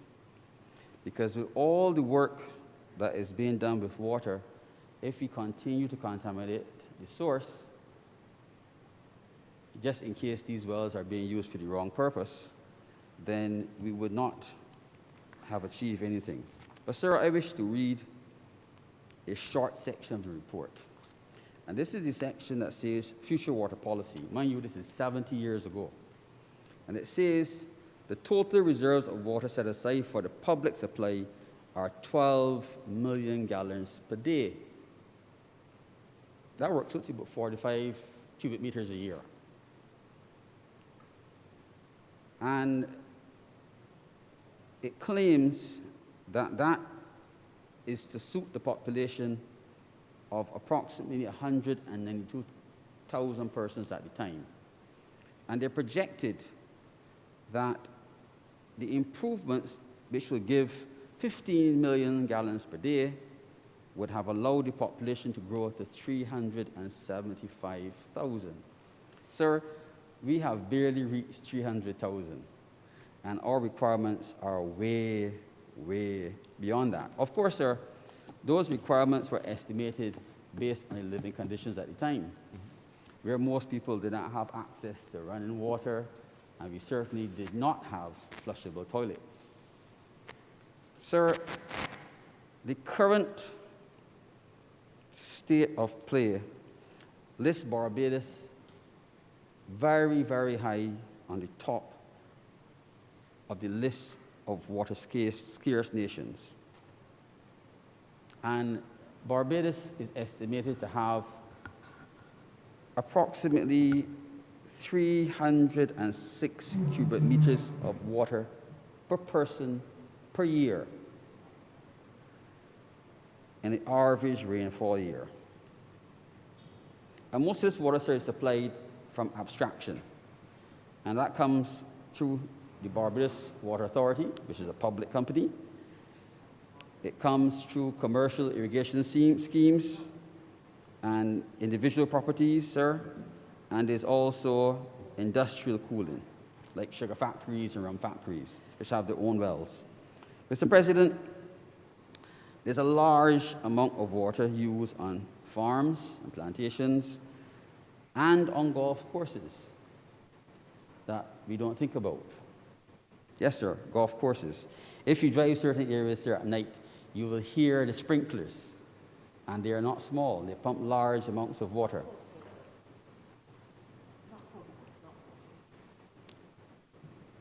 Sir, the abstraction done by the Barbados Water Authority is controlled on the abstraction generally is controlled by the BWA Act, Cap 389, and the Underground Water Control Act of 1953, Cap 283, which the Prime Minister, sir, I think the Prime Minister referred to it in her budgetary presentation, sir. There's also, sir, surface water, and it's controlled by the BWA Act, the Pori Spring Act, sir, and the well-known Free Houses Act. Sir, wells in this country, water wells, are supposed to be licensed. And the records to date do not match in any way what existed before, and it's a big problem. The Water Authority gets its water from 21 wells and 2 springs. And desalination. And desalination, sir, and all water production is a high-energy business. Now, this document, sir, spoke to the geology of Barbados and the sources of water, and even then, sir, which wells had high chlorine content. So some of the problems that we have now with high chlorine content in the water in certain parishes were recognized a long time ago. And the infrastructure, sir, which we have that transmits our water is not new. Some of it is 100 years old. And there have been, the work of replacing this infrastructure has started. It started in last administration and has continued in this one. But it is long, it's arduous, and it's expensive. But sir, there's also water by impoundment. And impoundment usually is surface water. And if you look on Google Earth, you can see sites, because there's no space in Barbados to store water underground, except at the reservoirs. So if you go on Google Earth, you can see places like Westmoreland, Claybury, Fraser's, Millennium Heights, and Farmers in Apesill, where the large catchments. And sir, all this water belongs to someone. And I am really pleased that this government has recognized that there's an economic value of water, whether it's potable water, sir, or sewage. That water has an economic value. So when, sir, years ago we had sewage flowing freely on the streets, that was money running away. Government has spoken about the plan for water reuse, for sewage water, that I'm sure will be, in time, it will be fully fleshed out.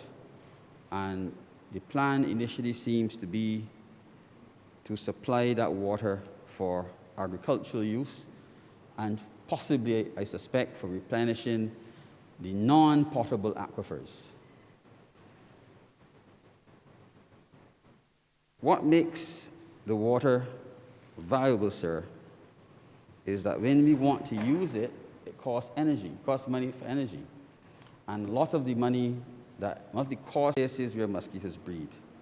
And we therefore need, sir, to start back on that path. And because sooner or later, sir,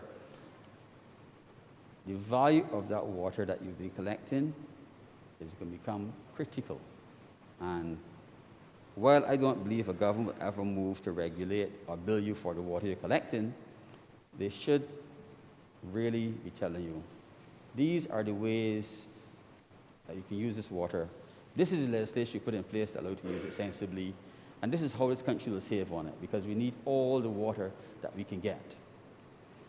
Now, Mr. President,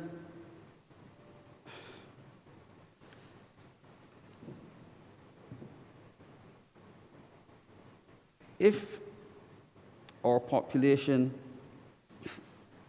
is going to grow from whatever sources, we can't wait until it's reached the desired level of size to then increase our water needs. And our water reuse policies are, whether it's at the individual level at your home or nationally, has to, before we start to put things in place, have a large public education component of it. And do not repeat the same mistakes that we made before, where people spend large sums of money in putting in cisterns and they have no use for them. Also, our prejudices about things that are recycled. And the average person will probably think that when you go to London or one of the big cities and you drink some water from a tap that has just been pumped from the aquifer. And that certainly is not the case. It's often recycled water, recycled to a quality, a certain standard. So we need to get our people, sir, accustomed to thinking that recycled water is safe water. And, sir, that's all I wish to say on water. Sir, I now want to make a few comments, careful comments about health. Sir, the COVID pandemic has affected every country on this planet. And this small country of ours has done very well during the pandemic, and not by chance. And it's done well because of all the work of all the people involved, the government and the people. But it cost, Mr. President, and as the Honorable Prime Minister outlined in her budget, the cost of the work, and it's not over, and it still continues. And, Mr. President, it has to be paid for. So we have to accept, as Barbadians and persons living here, that the money has to be paid by all of us. And while we can quibble about who pays what, the reality is it has to be paid. So I accept, sir, that my 1% is but a small charge for all that has been done. Mr. President, the cost of facilities like Harrison Point was not cheap, but that, sir, was probably the most visible one.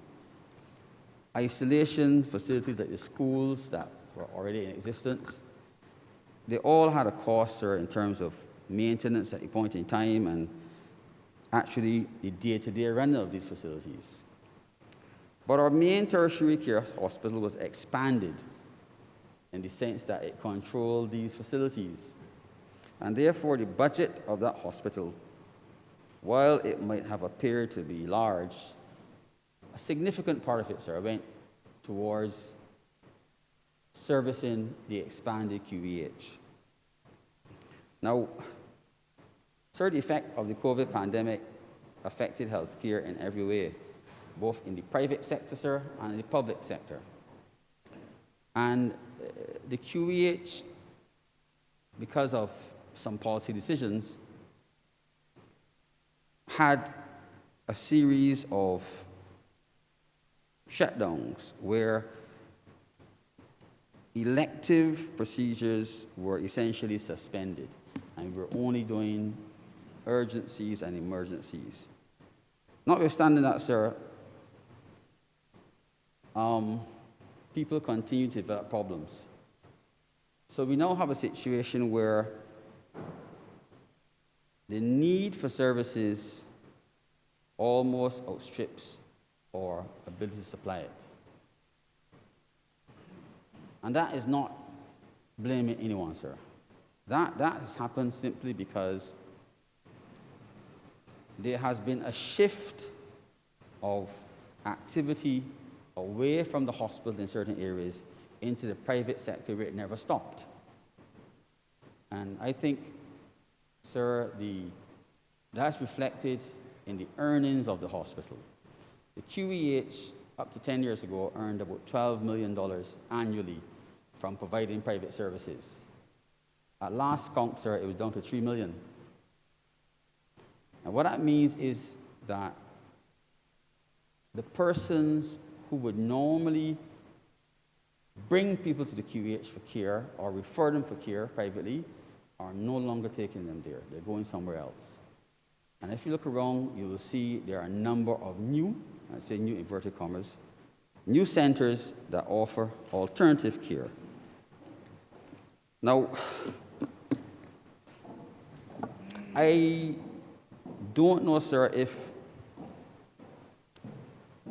we can reverse the trend, but we can certainly, the QEH can certainly do things, sir, that will encourage persons to use its facilities for private care again. Because even if they're not being used, they have a cost to maintain, sir. Now, the backlogs that I spoke of earlier, sir, with regard to outpatient services and surgeries has to be approached in a systematic way. but not just to solve the backlog.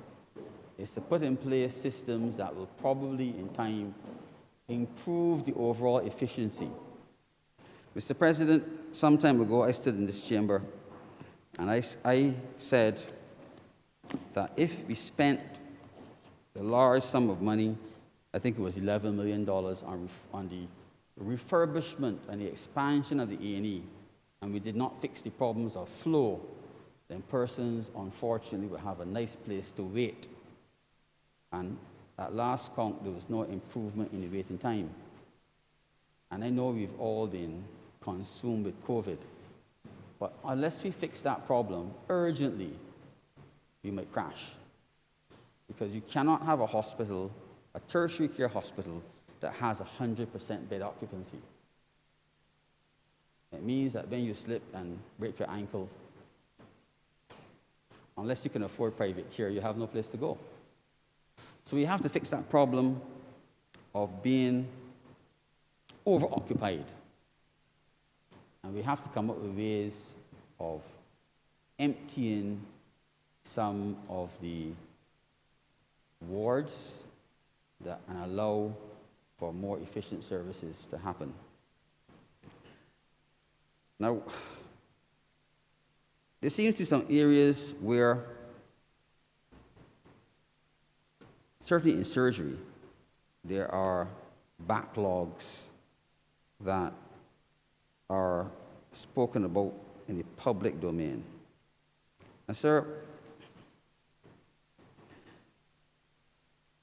I think I can stand and firmly say that there are no accurate records of the backlogs for the hospital. And I'll tell you why I say that, and I'm not contradicting anyone. Unless you have a real-time listing of what is to be done, and you can subtract from that listing those who have left and gone to the private sector, any number you call might be false. So if you say you have 1,800 people for cataracts, it might actually be 2,000. It might be 4,000. Or it might be 1,000. And there are some problems that we have, particularly sir, with ophthalmology and cataracts, that have been here for a long, long time. And we have not fixed them. Successive governments have played with them. They've produced temporary solutions.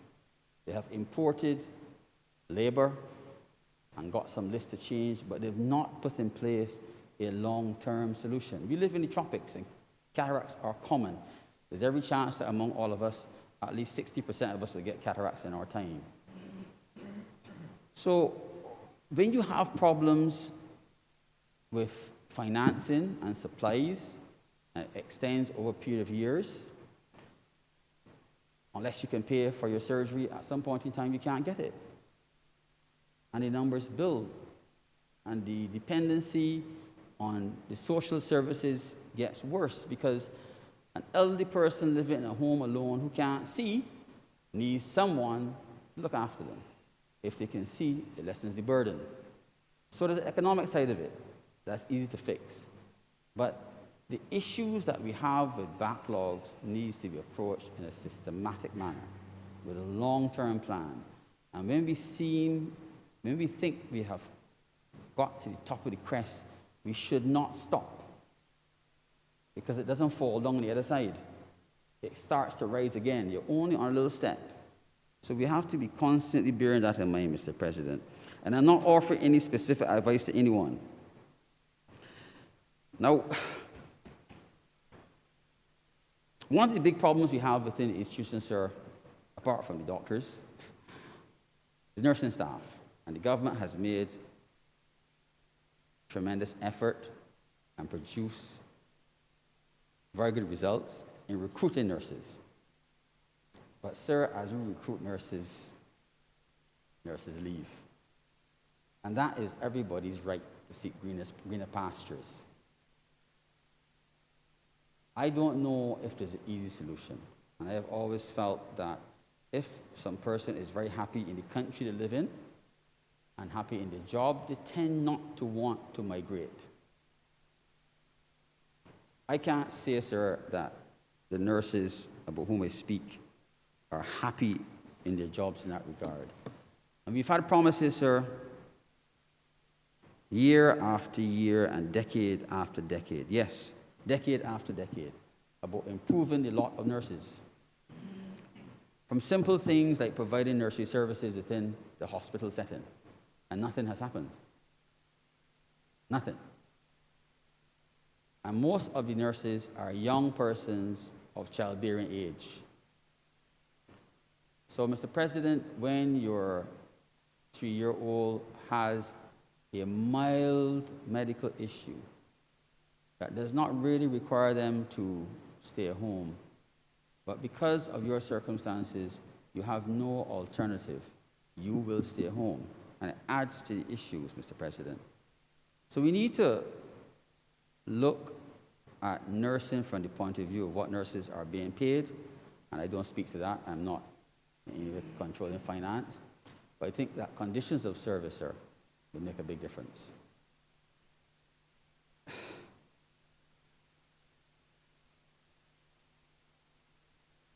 Sir, if you walk through our institution, I mean the QEH, you will notice that the corridors that used to be filled with senior staff are no longer filled. And you ask, well, where are all the senior staff? And it is because after 2 years of up and down, unable to work in some areas, people will spend their time where they can work. So we have to make an effort to get them back to work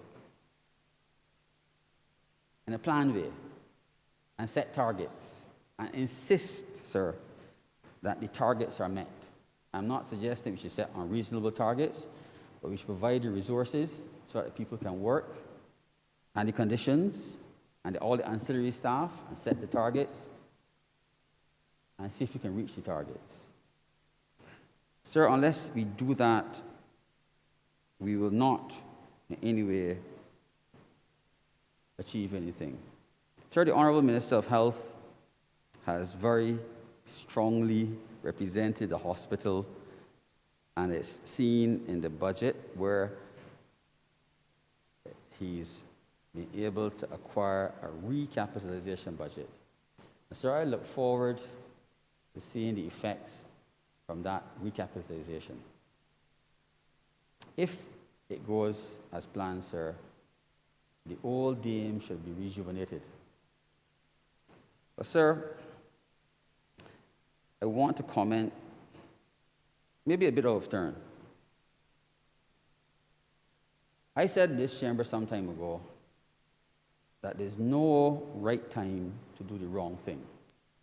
And I said that during debate on a QEH amendment, and I still say it.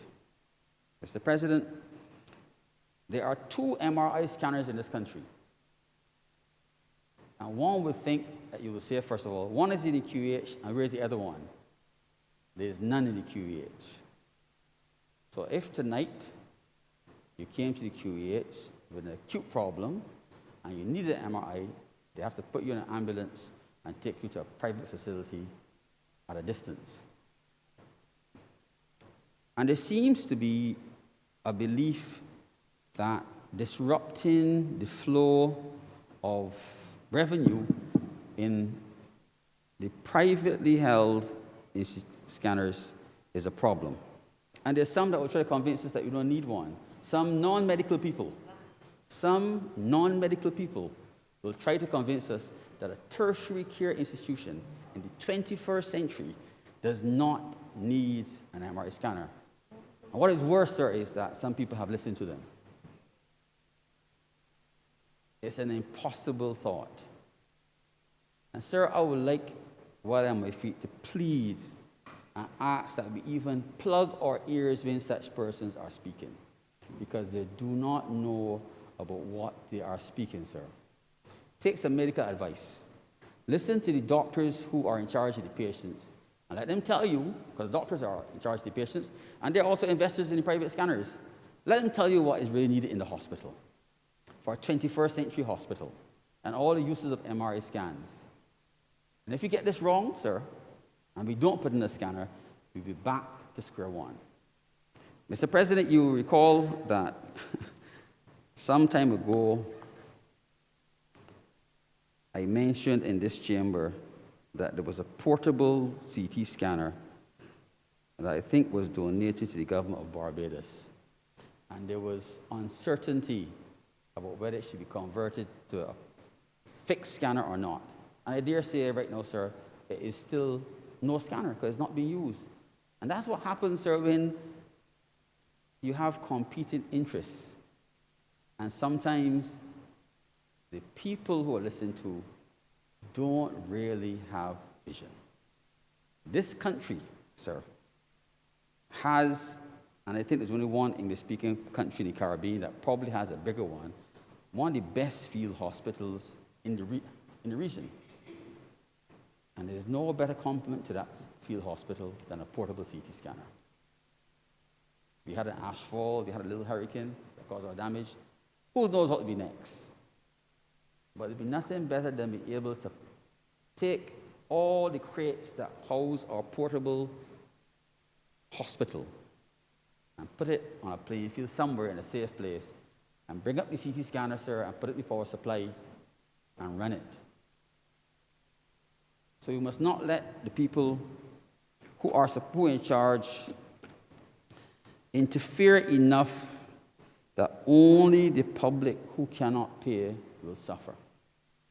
Because the people who can pay will go and pay.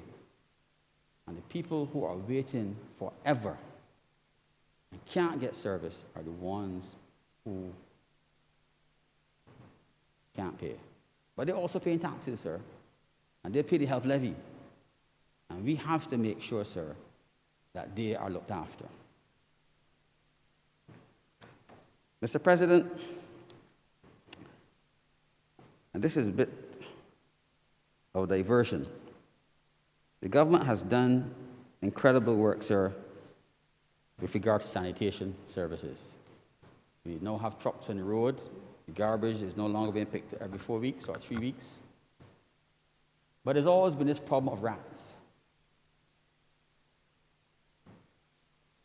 Rats follow, like cockroaches, follow human beings where they are. They get food. And Mr. President, the problem of rats has been here forever. It got worse when the garbage was being left outside. And now that we have the new wave of installing the new, more modern garbage cans that I believe in time will be used for recycling, the rats can't find any food because the cans are not accessible. They're shut down. They can't bite through them. They're not open-top plastic cans. So those of us who drive out at night late, sir, like me, who go back and forth to the hospital, see the rats on the roads. And sir, rats kill. Rats kill. I lost a friend just over a year ago with leptospirosis. And he was careful, but he got it. And I'm worried, sir, that unless we take some time so the vector control unit can purchase the necessary equipment and poisons to kill the rats, that we might have, once the rains start, a wave of leptospirosis in this country. Because there is no doubt the rats have been feeding garbage cans. We've put new cans down that are impervious to the rats, but we have not dealt with the rats. The rats are moving to the houses, and all the people who've been planting nice kitchen gardens and growing some food, it'll be eaten by them too, and some will be contaminated, sir. So we need to make some effort, sir, to deal with the rat problem. Now, Mr. President, we've provided an opportunity, sir, for almost every household in this country to be part of the renewable energy program. It is admirable, and it lives up to the expectation that what falls on your house from the sun is yours. And I laud the government for it, sir. It is the way forward. But what, sir, I believe you need to do, and I really think as a matter of urgency, sir, is put in place a policy for disposal. We've not, as far as I know, there's been no agency tasked with setting up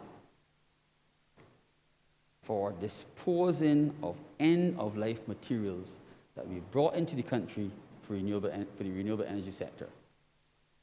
So very soon, sir, you'll find that the solar panels that are 100-watt panels will be dumped in the gullies, if they're not already being dumped, because 700-watt panels are available. And then what will happen, sir? What will happen to all the batteries, all the toxic batteries that we bring in that reach the end of life? What do we do with them? Sir, we have to protect the groundwater. So the renewable energy sector that is growing and we want to expand, we must make sure that as it grows and we have end-of-life materials, they're safely disposed of and they do not contaminate our groundwater. We cannot desalinate all of our water, sir. We have to protect it. So, sir, I'm calling on the government to look into how we will dispose of our end-of-life materials that come into the country for the renewable energy sector. And while I'm on that, sir, I don't want to speak to that. Every day in this country, the oil and the transmission fluid gets changed on cars, and the laundries bring in toxic materials to clean clothes. And there's no reports available to the public that they can see about what happens to this material. So what happens to all the batteries that come in? They pay an environmental levy. Is a site? Yeah. Thank you.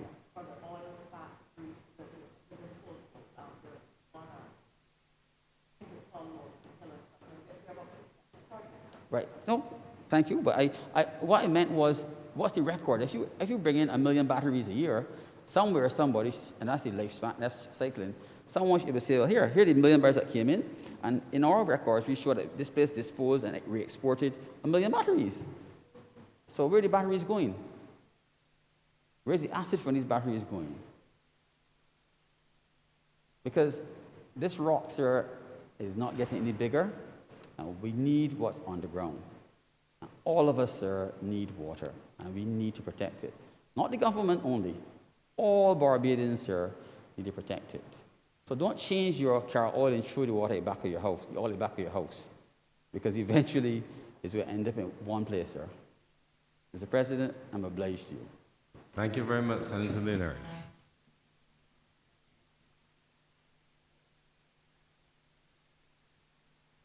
Any more speakers? Senator Boyce. Andrea Boyce, that is.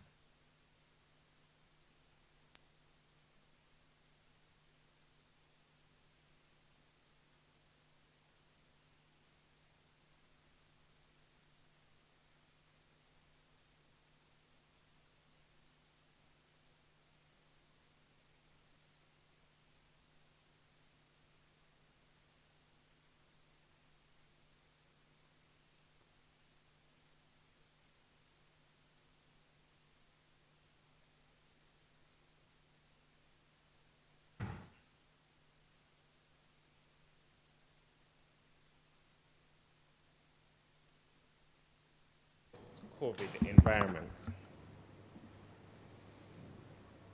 In my maiden speech, in speaking to the call for active participation, I hoped that we would aspire to more and that we would have changed and ordered ourselves differently. I cannot let this opportunity pass to place on the record my profound sense of disappointment and the betrayal of some of the nation's youngest citizens that they, it appears, are not enough to represent their own interests in these places. Well, the moment has passed. The moment for engagement with youth is still here, and the government of Barbados must be credited with the development of programs and policies and a range of measures that seek to empower young people and, might I add, persons with disabilities in these estimates. Sir, my approach to this contribution is twofold. I will first lay out the values, rights, and issues at stake and move on to the concrete measures for implementation and the modalities that will strengthen them. In the absence of such an approach, Mr. President, we will give lofty and beautiful speeches, and there will be not enough focus on the specifics of programming and the tangible gains that come from those programs. Mr. President, I anchor my speech in the idea of Barbados as a place where excellence must be cultivated and celebrated. A former member of this place and a former Prime Minister of Barbados once called the country to greatness. And in making a call for greatness for young people and for persons with disabilities in this country, I both celebrate the advancements that we have made and call us to truly punch in a category above our weight. The balance between youth-specific approaches and the necessity for youth mainstreaming in development planning can be a tricky one.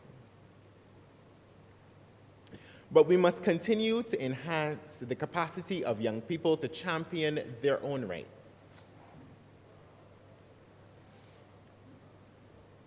While the state develops broad-based strategies that require the ministry with responsibility for youth and other ministries to ask themselves how they can better incorporate the issues and the capacities of young people and engender the participation of youth. The call to greatness comes in a Barbados, Mr. President, that regrettably too many young people have historically and perhaps more than ever in this moment feel that the idea of Barbados is beyond their reach and that the types of advances that generations before us have benefited from are not within their grasp. I refer specifically, sir, to notions of social mobility. There are young people in this country that believe that they're limited and that their best selves can only be realized outside this country. Departing with the skills and education that give them the tools to shine anywhere in the world while feeling that those tools in Barbados are just not enough. Mr. President, we must commit to realizing young people's social, political, and economic empowerment and opening doors, building doors, knocking down doors, opening windows as well. And whatever else is required to see to their inclusion and their contribution in broader development strategies. Mr. President, in relation to persons with disabilities, our progress has perhaps been less stellar. I am hopeful that this is the Barbados that will begin to take seriously the rights, agency, and leadership of persons with disabilities. All disabilities, visible and invisible. Sir, I make these comments on today, World Down Syndrome Day, and in March, the month where we celebrate and mark the contributions of persons with disabilities. It is also important to say that the community of persons with disabilities has been one of the hardest hit by COVID-19, and many advances once thought to be impossible by way of accommodations for persons with disabilities have become routine.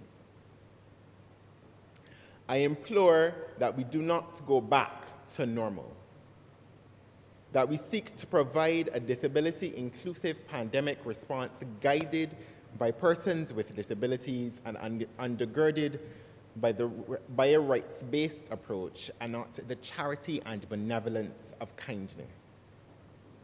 I am hopeful, as I will explore later, that this is the moment for Barbados. I now turn to youth. In these estimates, Mr. President, the government has evidenced its commitment to the nation's young people through the continued financing of several programs under the Ministry of Youth. These programs include the Youth Entrepreneurship Scheme and the Barbados Youth Advanced Corps. Mr. President, while the Youth Entrepreneurship Scheme is not new and has existed for some time, the funding of the program is necessary as the government recognizes the multiple benefits associated with entrepreneurship and youth entrepreneurship specifically. And the government continues to seek to enfranchise persons by providing the necessary training for them to start businesses and ultimately and ideally contribute to economic growth. Young people in these programs benefit from technical assistance, marketing assistance, accounting assistance, and much more, Mr. President. I do not have to tell you that the growth and development of our small and micro business sector is an important indicator for development and growth in this country. And so the Youth Entrepreneurship Program is doing yeoman service and contributing to the development of this country in ways that I do not think we talk about enough, Mr. President. In relation to the Barbados Youth Advanced Corps, often when we talk about youth, Mr. President, we talk about the bright sparks, the young people who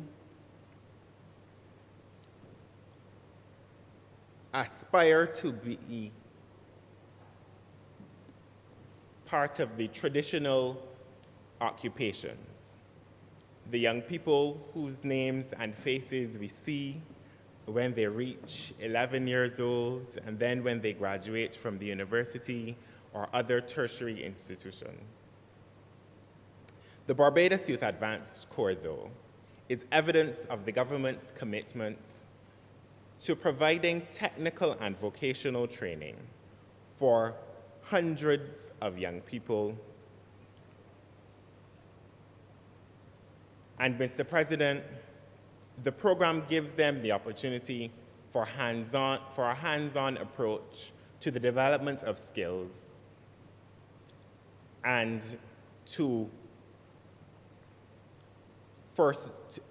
the program is part of the government's First Jobs initiative. It is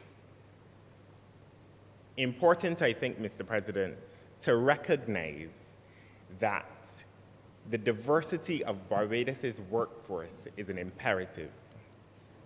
And so the development of these skills in these young people is important. The program provides technical and vocational certification through the Samuel Jackman Prescott Institute of Technology. And the forecast indicates that that program will be available to 140 trainees, as well as other community-based organizations, including the Barbados Vocational Training Board and that 264 trainees will benefit from a part of that program as well. These initiatives, Mr. President, provide necessary opportunities for youth who, like all of us in this chamber, needed an opportunity to advance.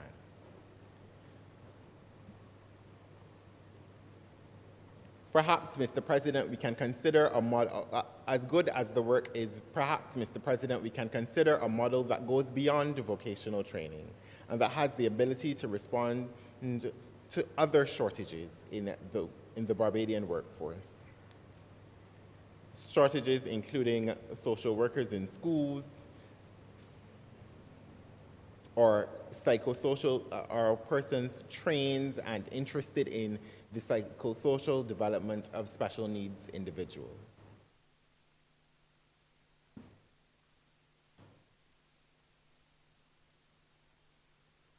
Mr. President, sports is an important pillar of the Ministry of Youth and Sports, naturally.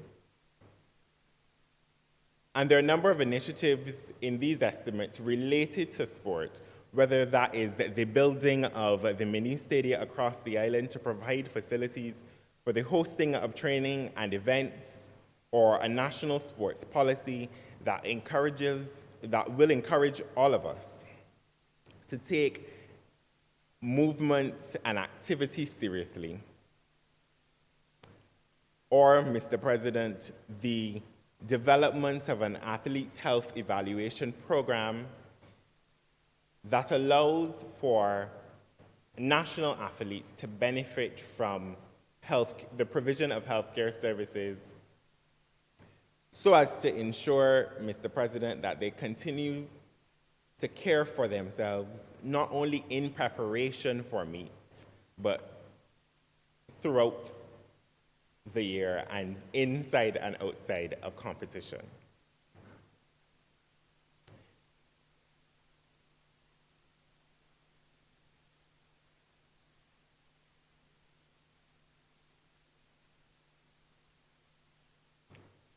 Of course, Mr. President, we do not develop the best and the brightest of Barbadian athletes by treating to them sporadically. And so this is part of the government's commitment and recognition that we have to do better by the nation's athletes if we are to continue to, if we are to increase and to continue our good performances in athletics. Mr. President, I now move to, or perhaps back to the issue of disability. And I want to commend the Ministry of Health for, in these estimates, indicating that they have and will continue to refurbish the Cecil Graham Center.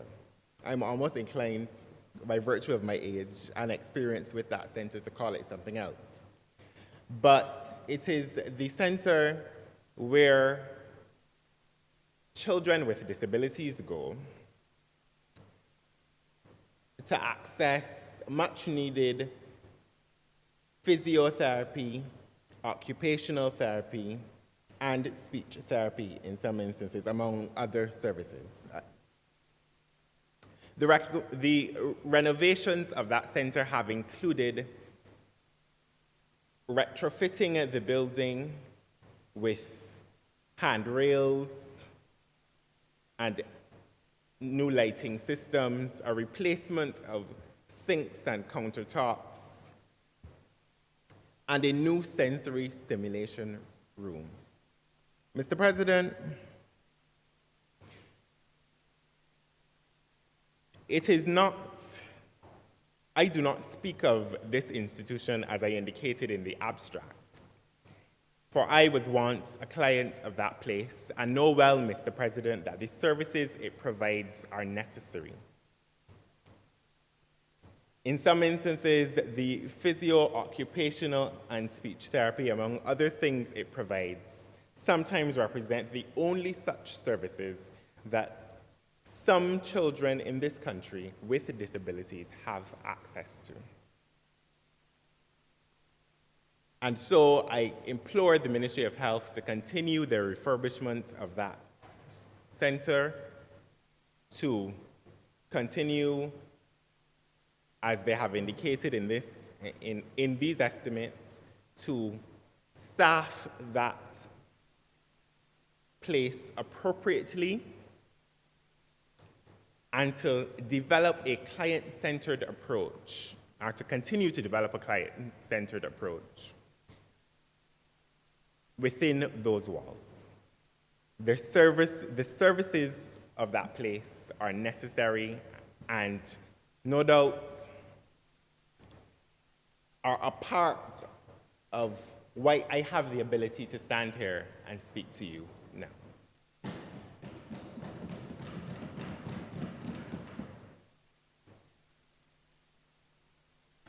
I also, Mr. President, want to talk about special education. The Ministry of Education, has expanded, in these estimates, has expanded its special education program, has expanded, to be more specific, its training of special education teachers, and the provision of special education services across the education sector.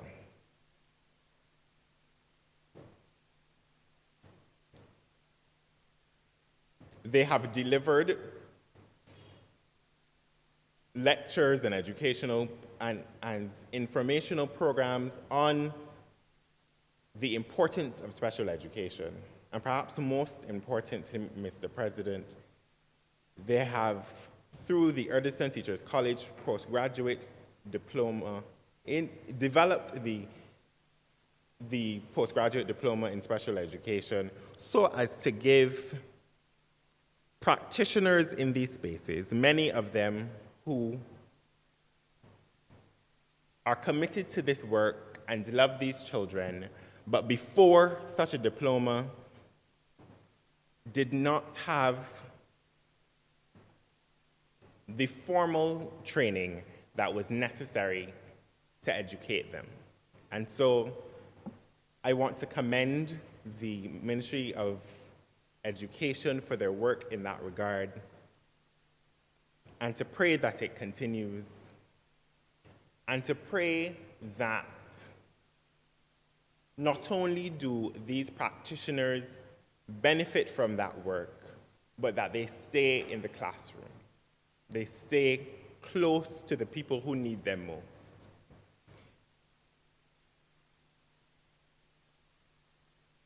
There has been a trend in special education and special education training where, and I certainly do not begrudge anybody their advancement, Mr. President,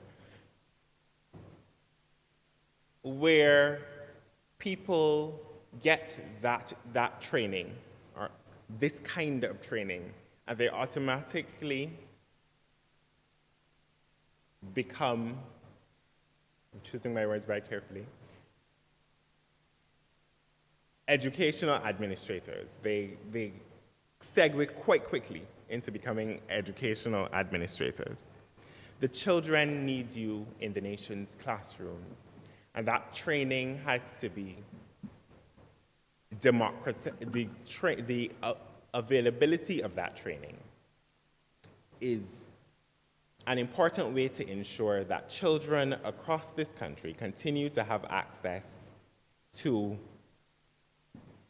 the quality education that we all deserve, irrespective of disability. Mr. President, I now move to the Ministry of People Empowerment. My colleague, Senator, this morning gave an extensive presentation on the reforms under the Ministry of People Empowerment aimed at creating a Department of Child and Family Services.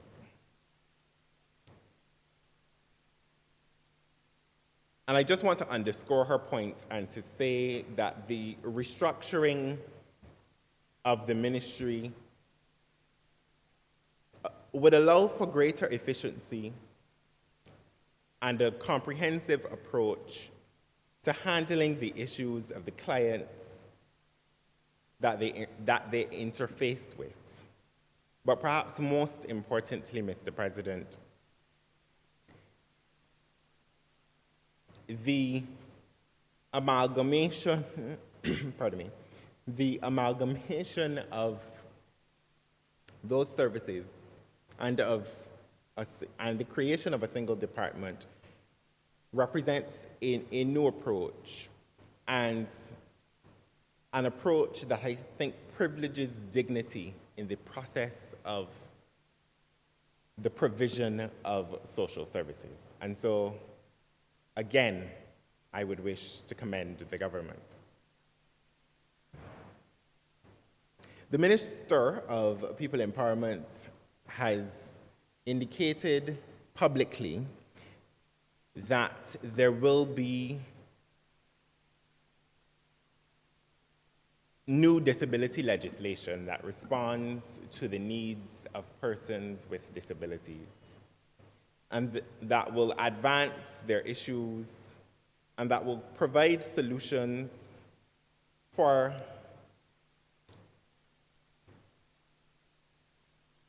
the kind of structural deficiencies that have plagued our society for so long.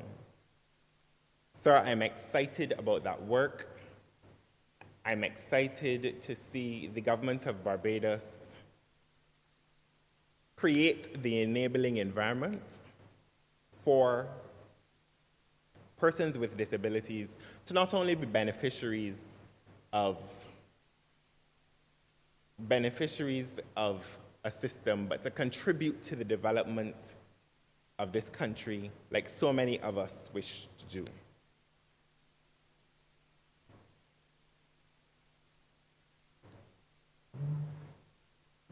In the way of legislative advancements, Mr. President, I also look forward to the Constitutional Commission aimed at reshaping the social realities for a set of underserved communities, including persons with disabilities. Again, the COVID experience has made it clear that we need to ensure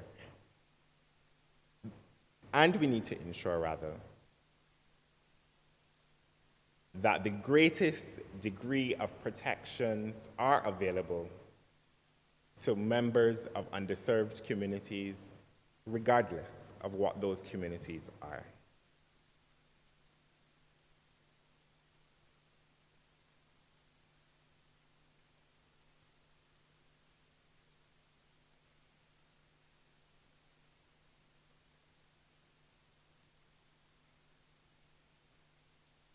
Mr. President,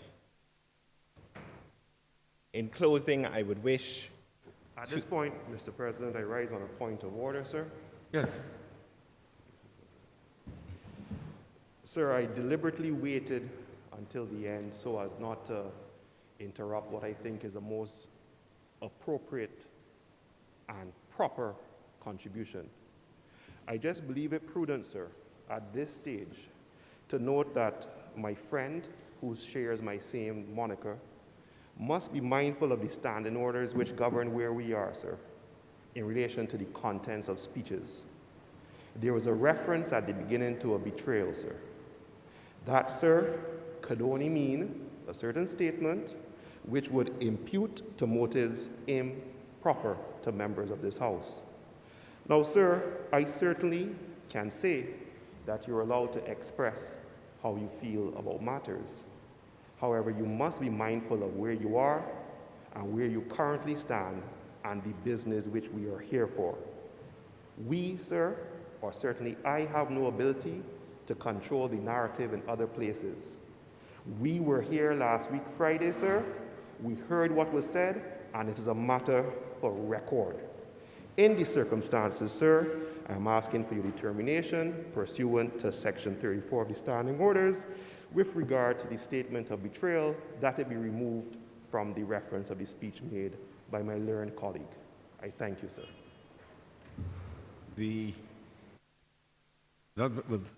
It's unfortunate you waited until half an hour after us to raise the point. I did not hear it to make accusatory reference to members of this place or to anyone.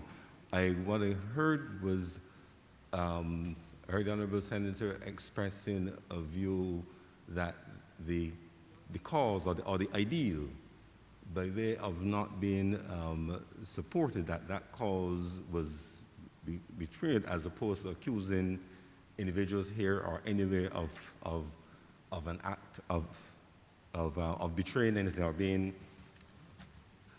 So I didn't, 'cause otherwise I would have naturally stepped in to defend the standing orders. But I'm open to further convincing from you. But so I heard the words, but I interpreted them in as reference to the cause or yeah, but not to accuse members, because as you know, I'm very clear to defend members in both houses, because the standing orders are clear that you cannot impute improper motives to members of either house. But I didn't hear that. Oh, and thank you. I thank you, Mr. President. I'm sure my colleague would assuage any concerns there. Yes. Thank you, sir. but I thank you for raising it, and of course, as all new members would want to take note, to just choose your words very carefully, make sure that even if there's no intent, that there's no possible interpretation of